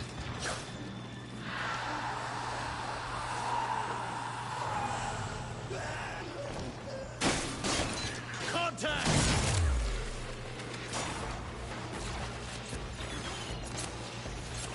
Is it a secret passage? That's a place somewhere to get trapped up and confused.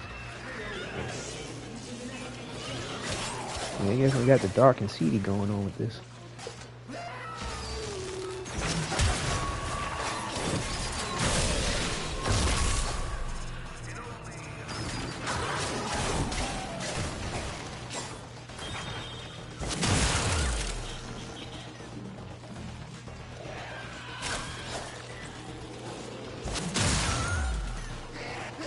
Jaffa. Moving on.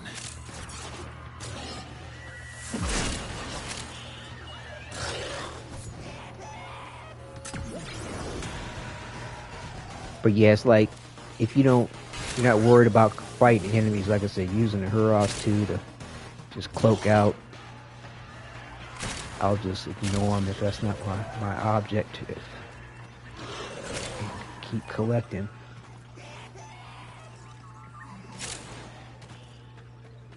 Man, they do make this pretty big here. Damn near like it's like a miniature open world map. I mean, like certain games that want to claim some aspect of open world sometimes ain't even this expansive. Hold up. I knew it'd be some other shit.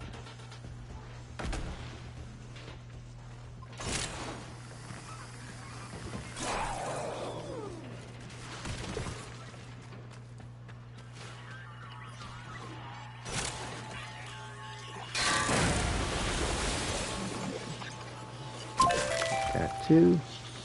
Thank you. Man, I'm so glad they allowed this stuff to show up on the mini app, because it's like, yo, you know, I get the challenge, but it's like, you know, sometimes you just, it's like, yo, I really need to make this a fucking scavenger hunt, really.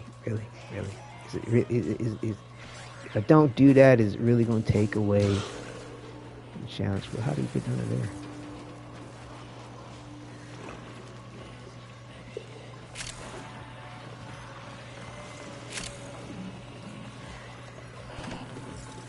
Now, like I said, if you...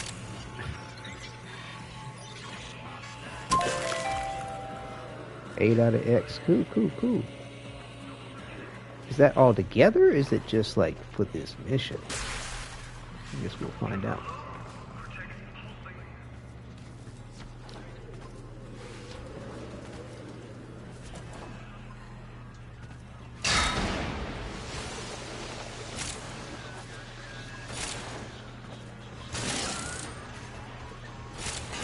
But yeah, there's characters in the game, for those who don't know, that can turn invisible at will with their ability set. And then, like I said, there's other things that you can use to become invisible. Weapons, pets, even vehicles. Because I use the... It's still... hold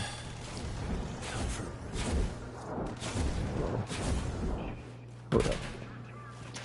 Yeah, that's right, you lose the damn loot detector when I switch. Wasn't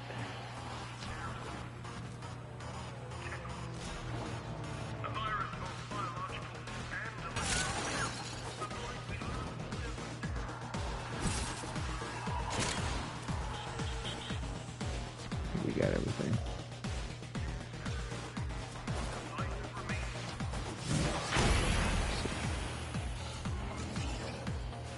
Now, I wish the loot detector would show loot on the expanded view of the minimap, but then that'd probably be too OP. But I mean, like, within the range of it, you know what I mean? But like, if I pull up the minimap with just some loot, I want to hopefully be able to see it. Like, I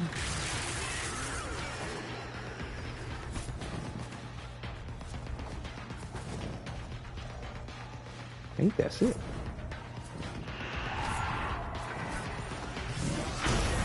Zone is hot.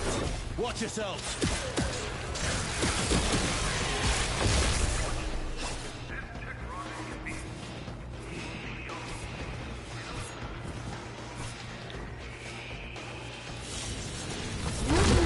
Cool.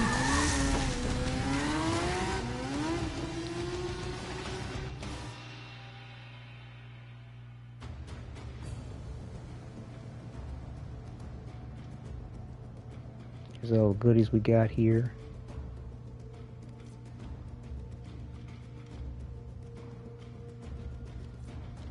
Okay. So yeah, that's our first mission in there, and so this is already a thing. And like once we complete them all, then like I said, the steel path part will be available. Oh, I can do the steel path one now? Okay. Well, not going to do that right now. We'll just take them all one at a time and then do the steel path as when we complete them in normal mode. I think that's a good way to go about it. But yeah, I did that solo. You can always, you know, team up in public matches and this, that, and the other. But like I said, to try to enjoy the feel of this, went ahead and did that. Do it that way. So let's try to do a part of this.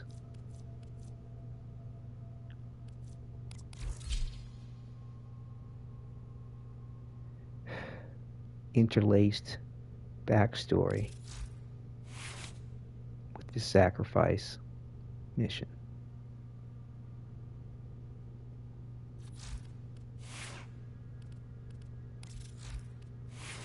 Quest, excuse me, rather, but just the so we will stair step it, so it's not like, you know, because I know, like, at least for me, the main goal was to present this with, you know, straight up 1999 content in its entirety, but at least I didn't state that point. So to do other things on this, you know, outside of that context, you know, can work. You know, as long as it's, in my opinion, applied to it. So yeah, let's investigate the sentient energy and most likely call it a broadcast at that point. But this is the intro cinematic.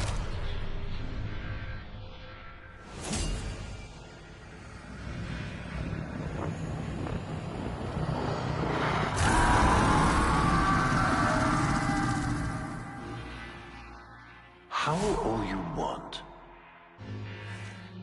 It won't bring him back.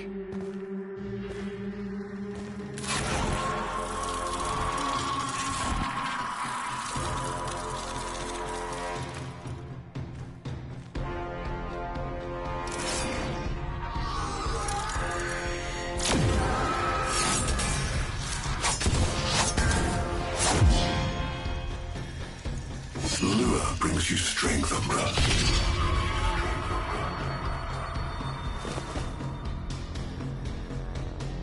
But you cannot defy your creator.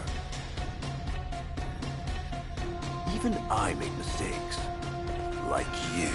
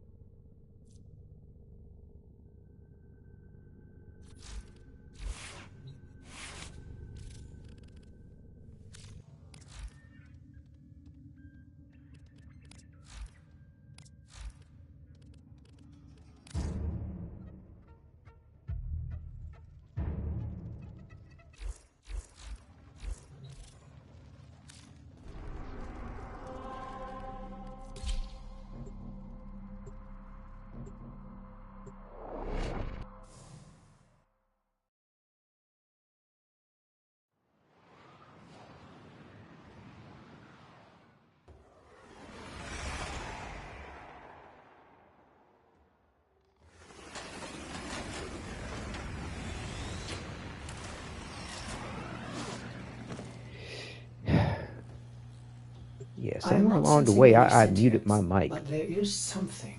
So I do apologize. Oh, no. Ghouls. Something must have disturbed their incubation sacs. A disgusting life cycle. Because I did a lot of talking and did not realize my mic was muted. I don't know when the mic was muted. So I do apologize. But yeah, we accomplished our Halluvinum Mall. Did some updates to keep Operator, I am just a bug-addled cephalon, but if you ever need to talk, Ordis would be happy to hear how depressed you are. Yeah, we're going to ahead and do this alternate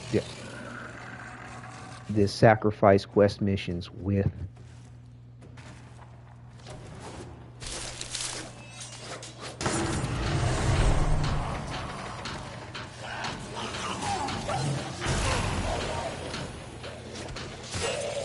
the content of 1999 for right now, because like I said, this quest is really been an issue with seeing where I am properly with what needs to be done, and I really don't want to mess up with what I can get accomplished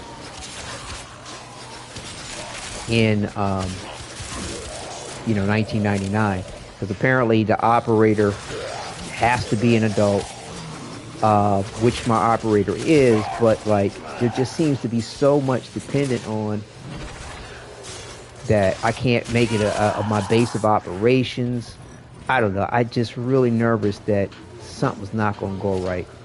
And again, it was my mistake, but like I would have to probably put off this broadcast another day or two. Well, I don't know. I might have been able to get through it today if I just focused on it. But like I said, I was thinking at first, like, maybe, I'll just not worry about it. But in the process of talking, like, I got really, really nervous about this not going right. And I'm like, damn. So, I don't know. This is my first go with this role-playing for Warframe. And there's a lot of little things you need to keep for me to make it smooth, to compensate for, and things to look out for. And like I've done several videos for Spider-Man, Marvel Spider-Man 2. But yeah, so hang on for a minute.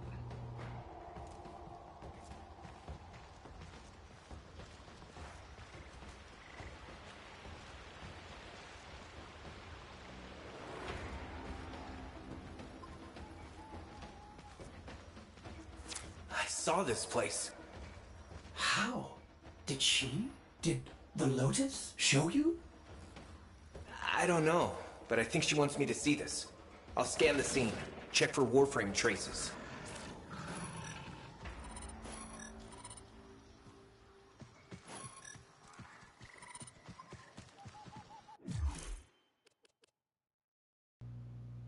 I need to use my scanner to get these things, I think. Let's see.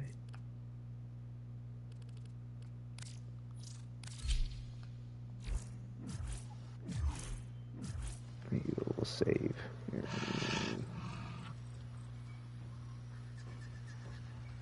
Okay.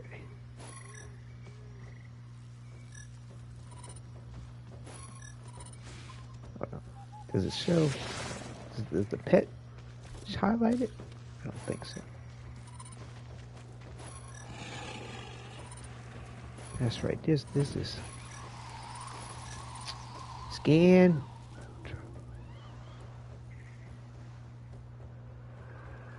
Scan.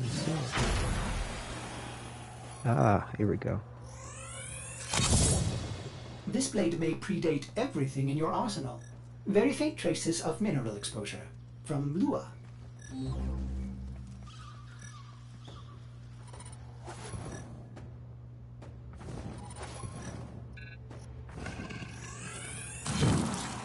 Remnants appear to be of Warframe composition. I am not familiar with this design.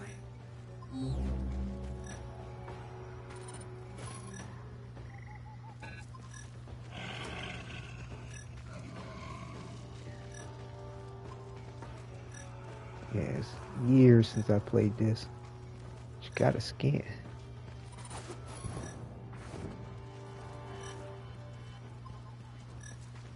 Yeah, they don't have a... Fortunately, they don't have a pulse that you can release. It's over here. Really? There's a Sonocord thing over here? Wow.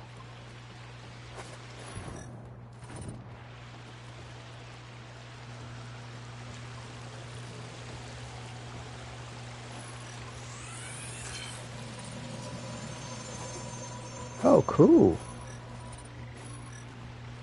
I had no idea they were putting Sonocords. This is a music that you can play in your quarters. I did not know they were putting stuff like this in missions. Wow. But yeah, I do remember this part of the mission being a pain in the ass. Like, well, it's like, because it's kind of a little hard to discern the glow that objects can have when you use your scanner. And it's not like you can ping or pulse and hear some little sound or something.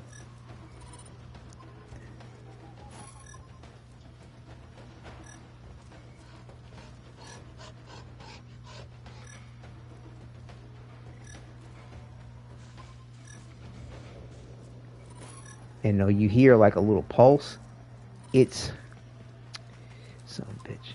It's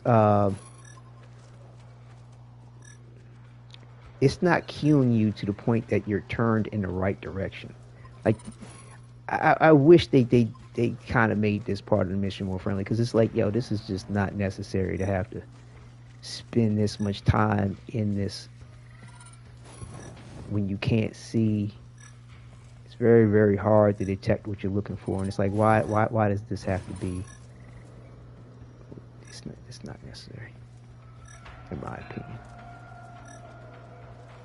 And see, if you actually cross over whatever the fuck it is that you have to scan for, it will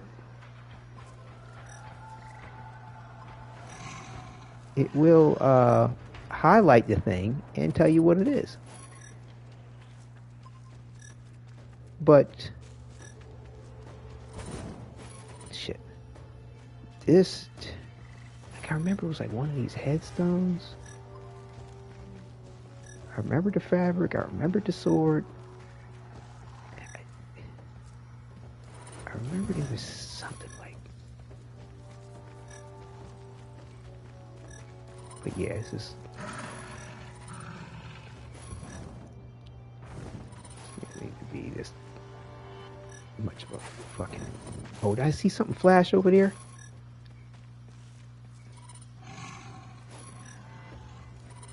Sometimes it'll have this weird shimmer. Shit. Saw it out the corner of my eye.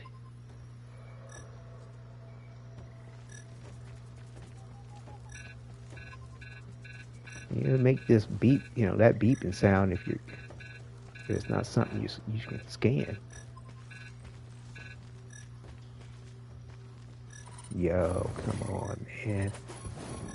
Do I have to look this shit up? Because, I mean, they do have good guides out there. I really do not want to have to take all day for this.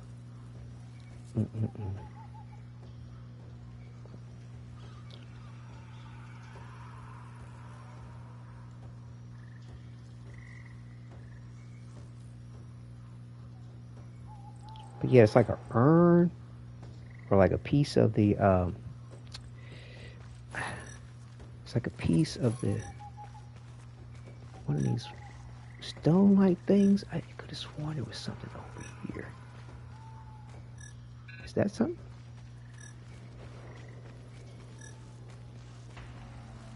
And I thought there was something actually like up in like a waterfall or behind something over there by the this area. Ah, there's one thing. Look at this. Look at this.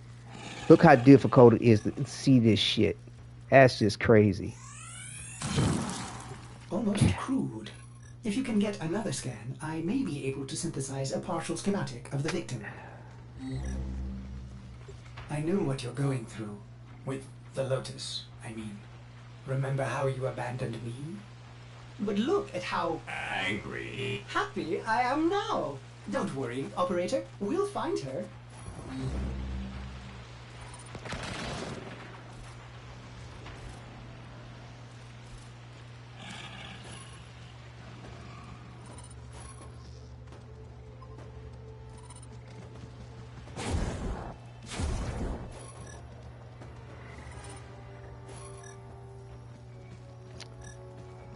he said find another one. So I think I need to find another arm thing. Is that what it is? Is it up on something?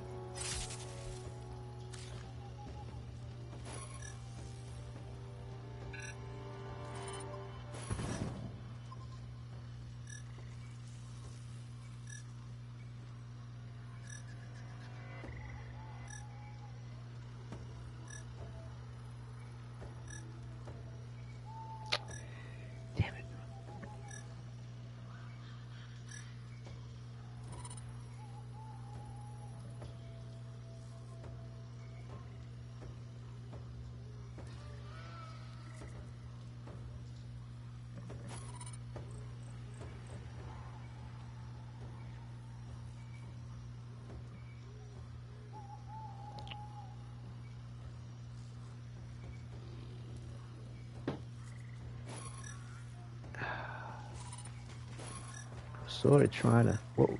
Ah, there it is. There it is. There it is. Didn't have to use a guide. Okay, the helmet. All right. Awesome. Processing. I have extraction ready. I think you should hurry. Yeah. Okay. A little befuddled, but we made it through it. Like I said, it's a little difficult to see everything the way you want to. Ordis, what's going on? Are they coordinating an ambush? I may have underestimated ghoul intelligence. Expect resistance toward the extraction zone.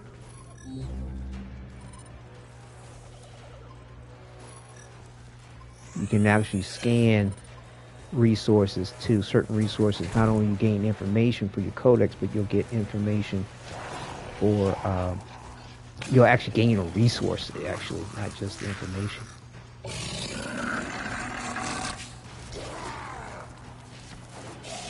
But yeah, seeing that taking those guys out, the enemy out, is not part of the mission. I can just skadoodle on. But yeah,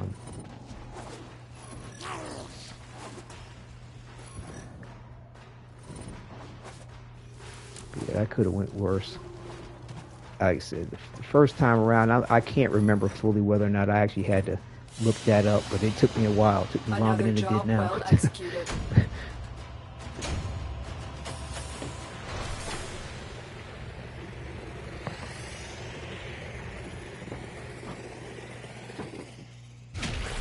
But yeah, I apologize. I do not know how long my mic was muted. I mean, I think I muted it when I was trying to say just observe some of the imagery that was being seen, and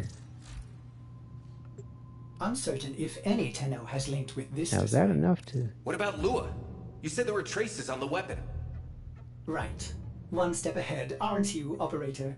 Marking on navigation.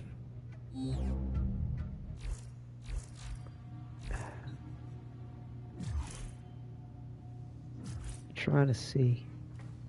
I thought they said we could cancel it. I just don't know when. So I have to sort of check to see. Because, I mean, like I said, even for the point of the footage, so you can't. Normally, the ability to cancel the quest is on the quest itself. I'll show you what I mean by that. Like, I can start this Howler Kubro quest, and then I can go in and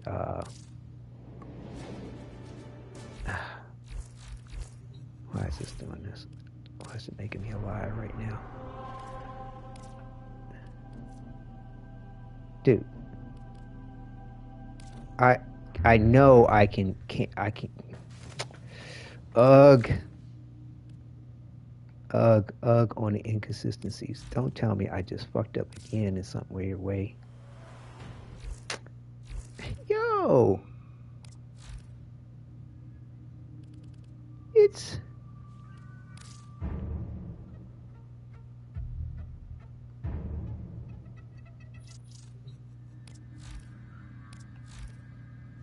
that's, yeah, I know for a fact it used to say you could cancel out.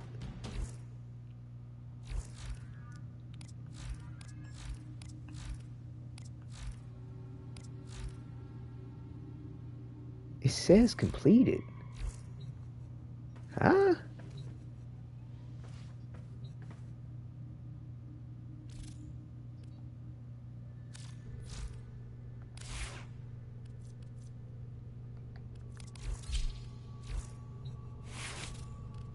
That's weird.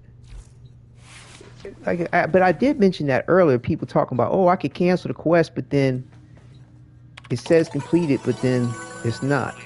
Plotting route. Still not jiving well for that.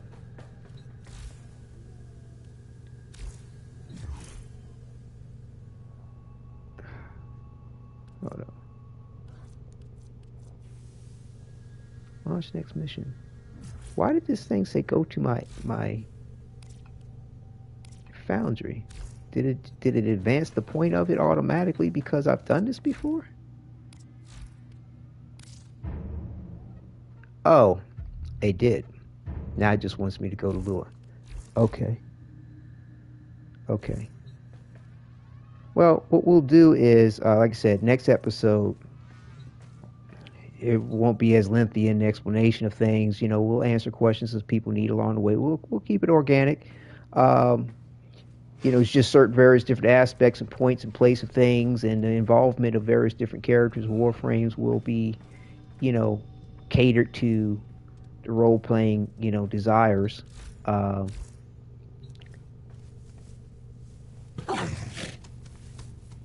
me see. But like I said, it is part. It is definitely. I'm hoping it's going to be a happy accident, but definitely it was going to be an intended point to together again. Draw from the sacrifice quest.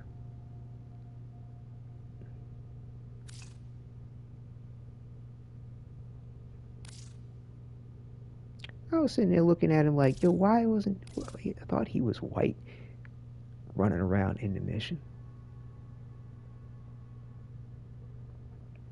But yeah, this is supposed to be white, but it looks gray. Whatever.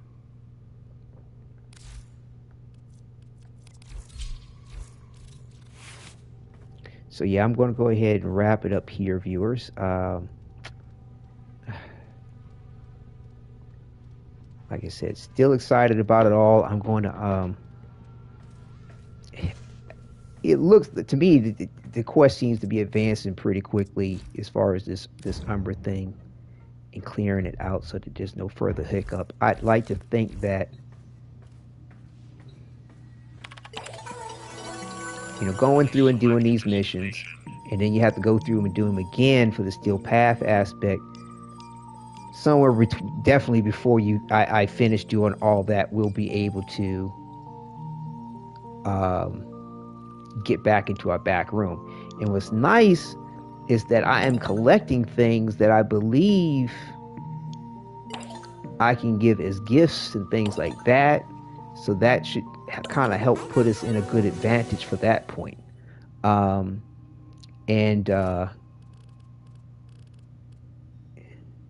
But yeah, this episode, because of the way things were going down, of course we did not call upon our main author. I'll take it from here. The default author. I need to really settle on a good way to reference him. The author that is not a potential possibility, or a possible. He's not a possible. He's a guaranteed author, right? But yeah, it's cool. Don't go too. And like, it's interesting with folks that, yeah, I mean, I can't blame them. I'm glad they actually made this sort of like an NC-17 thing with the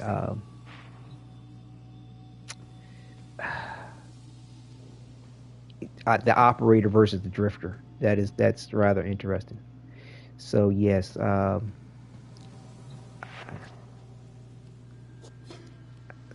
Did I take that off? I like this particular stance too. But certain elements that I may like sort of adjust, like the stance per se, animation set for the operator. Luckily, it's not really much of an issue with that.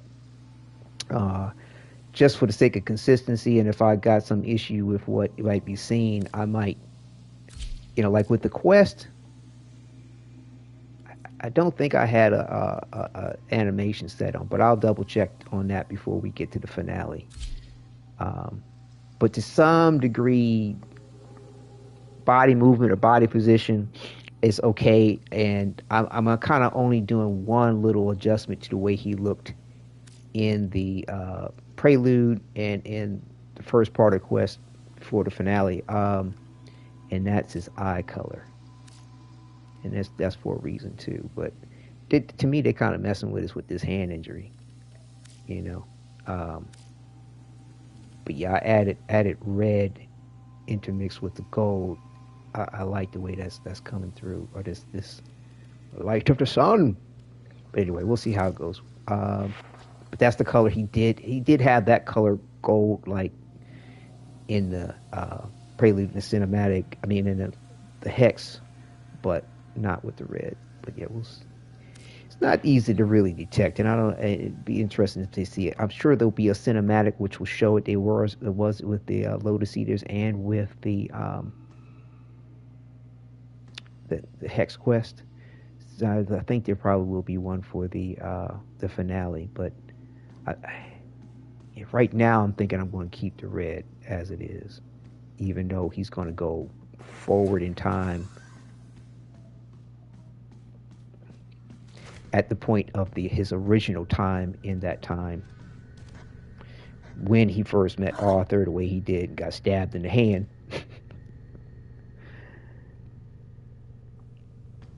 It's part of me telling you that I might change it back to what the original color was with the prelude, but there is a write-in within my role-playing that does allow for various changes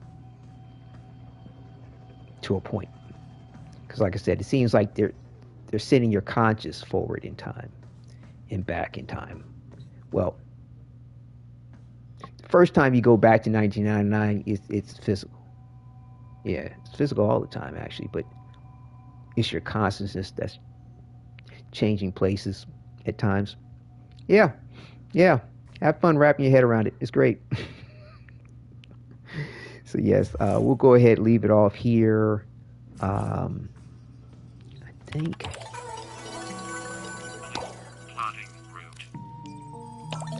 Oh, there was something I wanted to try. I wonder if.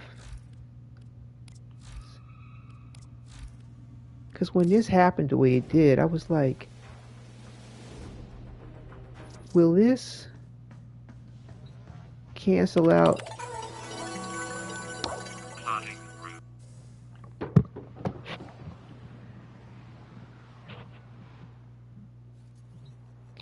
Wow, I just figured a workaround. Was this 3-4 hours later? Okay, instead of necessarily having to do the Umbra quest, you can change the quest. At least I can, because, I've completed them all. If you already completed it, if you haven't completed it yet, this might work too. But yeah, if the quest is prohibiting you from doing something, switch to another quest that can be canceled. Like the side quest can be canceled. At least I know how the Kubro can be. I'm not sure about the rest of these things. But wow.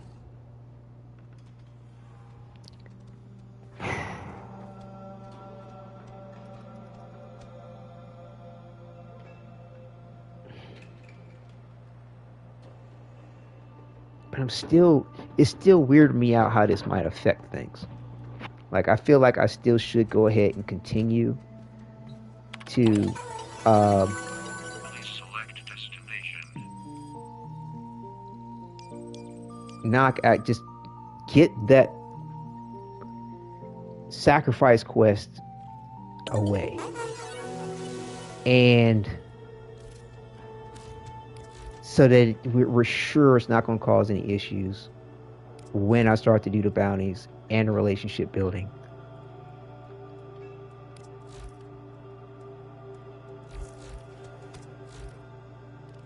Yeah, see, it rearranges it in the order that it actually happens in after you completed it. Okay.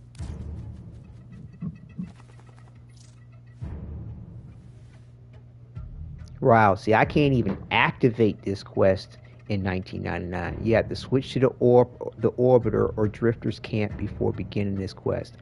Wow. Wow. That's interesting.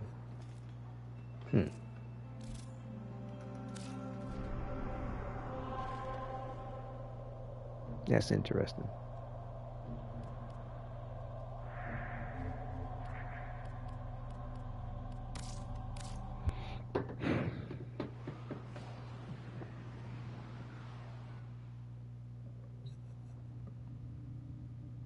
Interesting.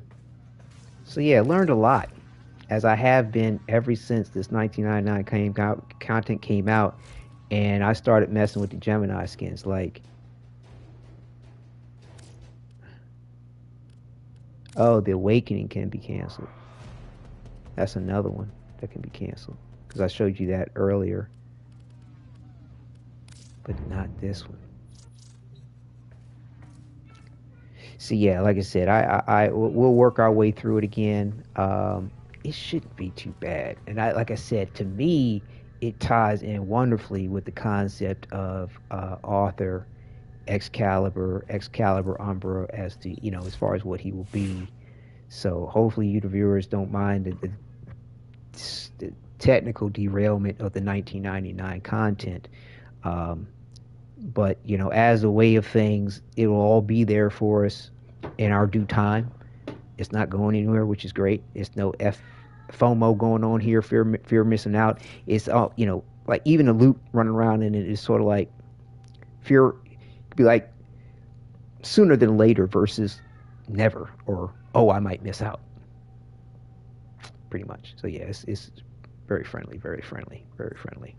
But it's been wild. It's my first time running around with this build change, with adding the radial blind to keep in line with my role play as to this displaced Arthur versus the he's, you know, possible displaced Arthur versus the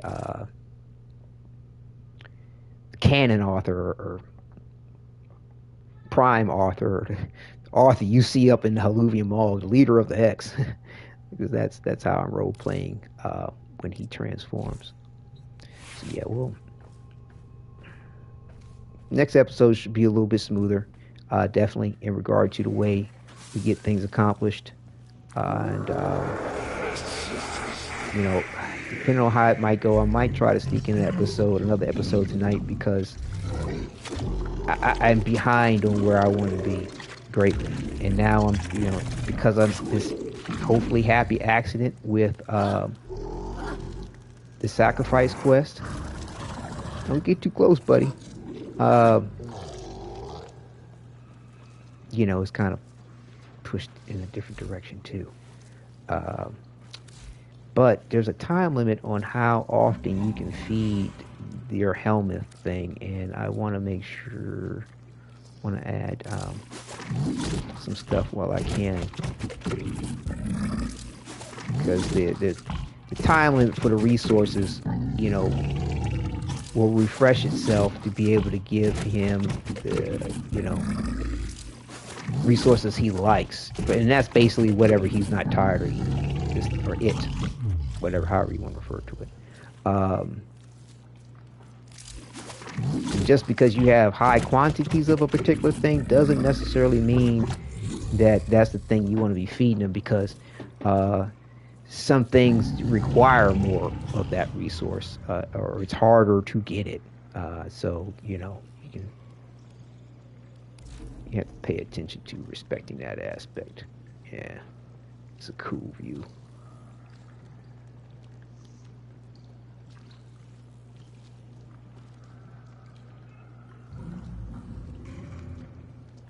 That's cool. Yeah, I got some behind the scenes footage that it was not released in my story so far, but like I said, that's gonna be in the prologue, and like I said, I got a big grin on my face about the way I'm looking forward to this coming together. Yeah, I hear you, buddy. Mr. Creep. But yeah, role playing the two authors, the leader of the Hex, and this version. Well, can't really say he's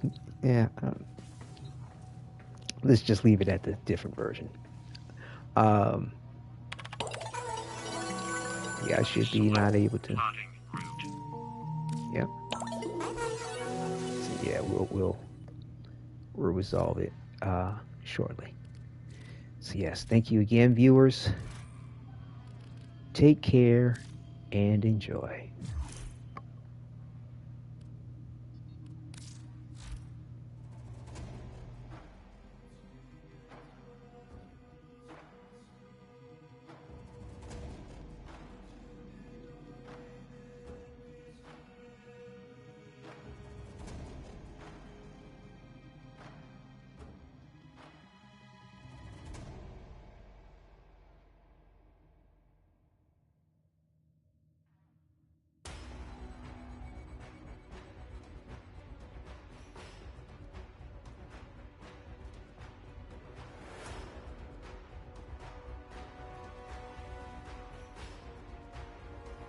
Thank you for viewing.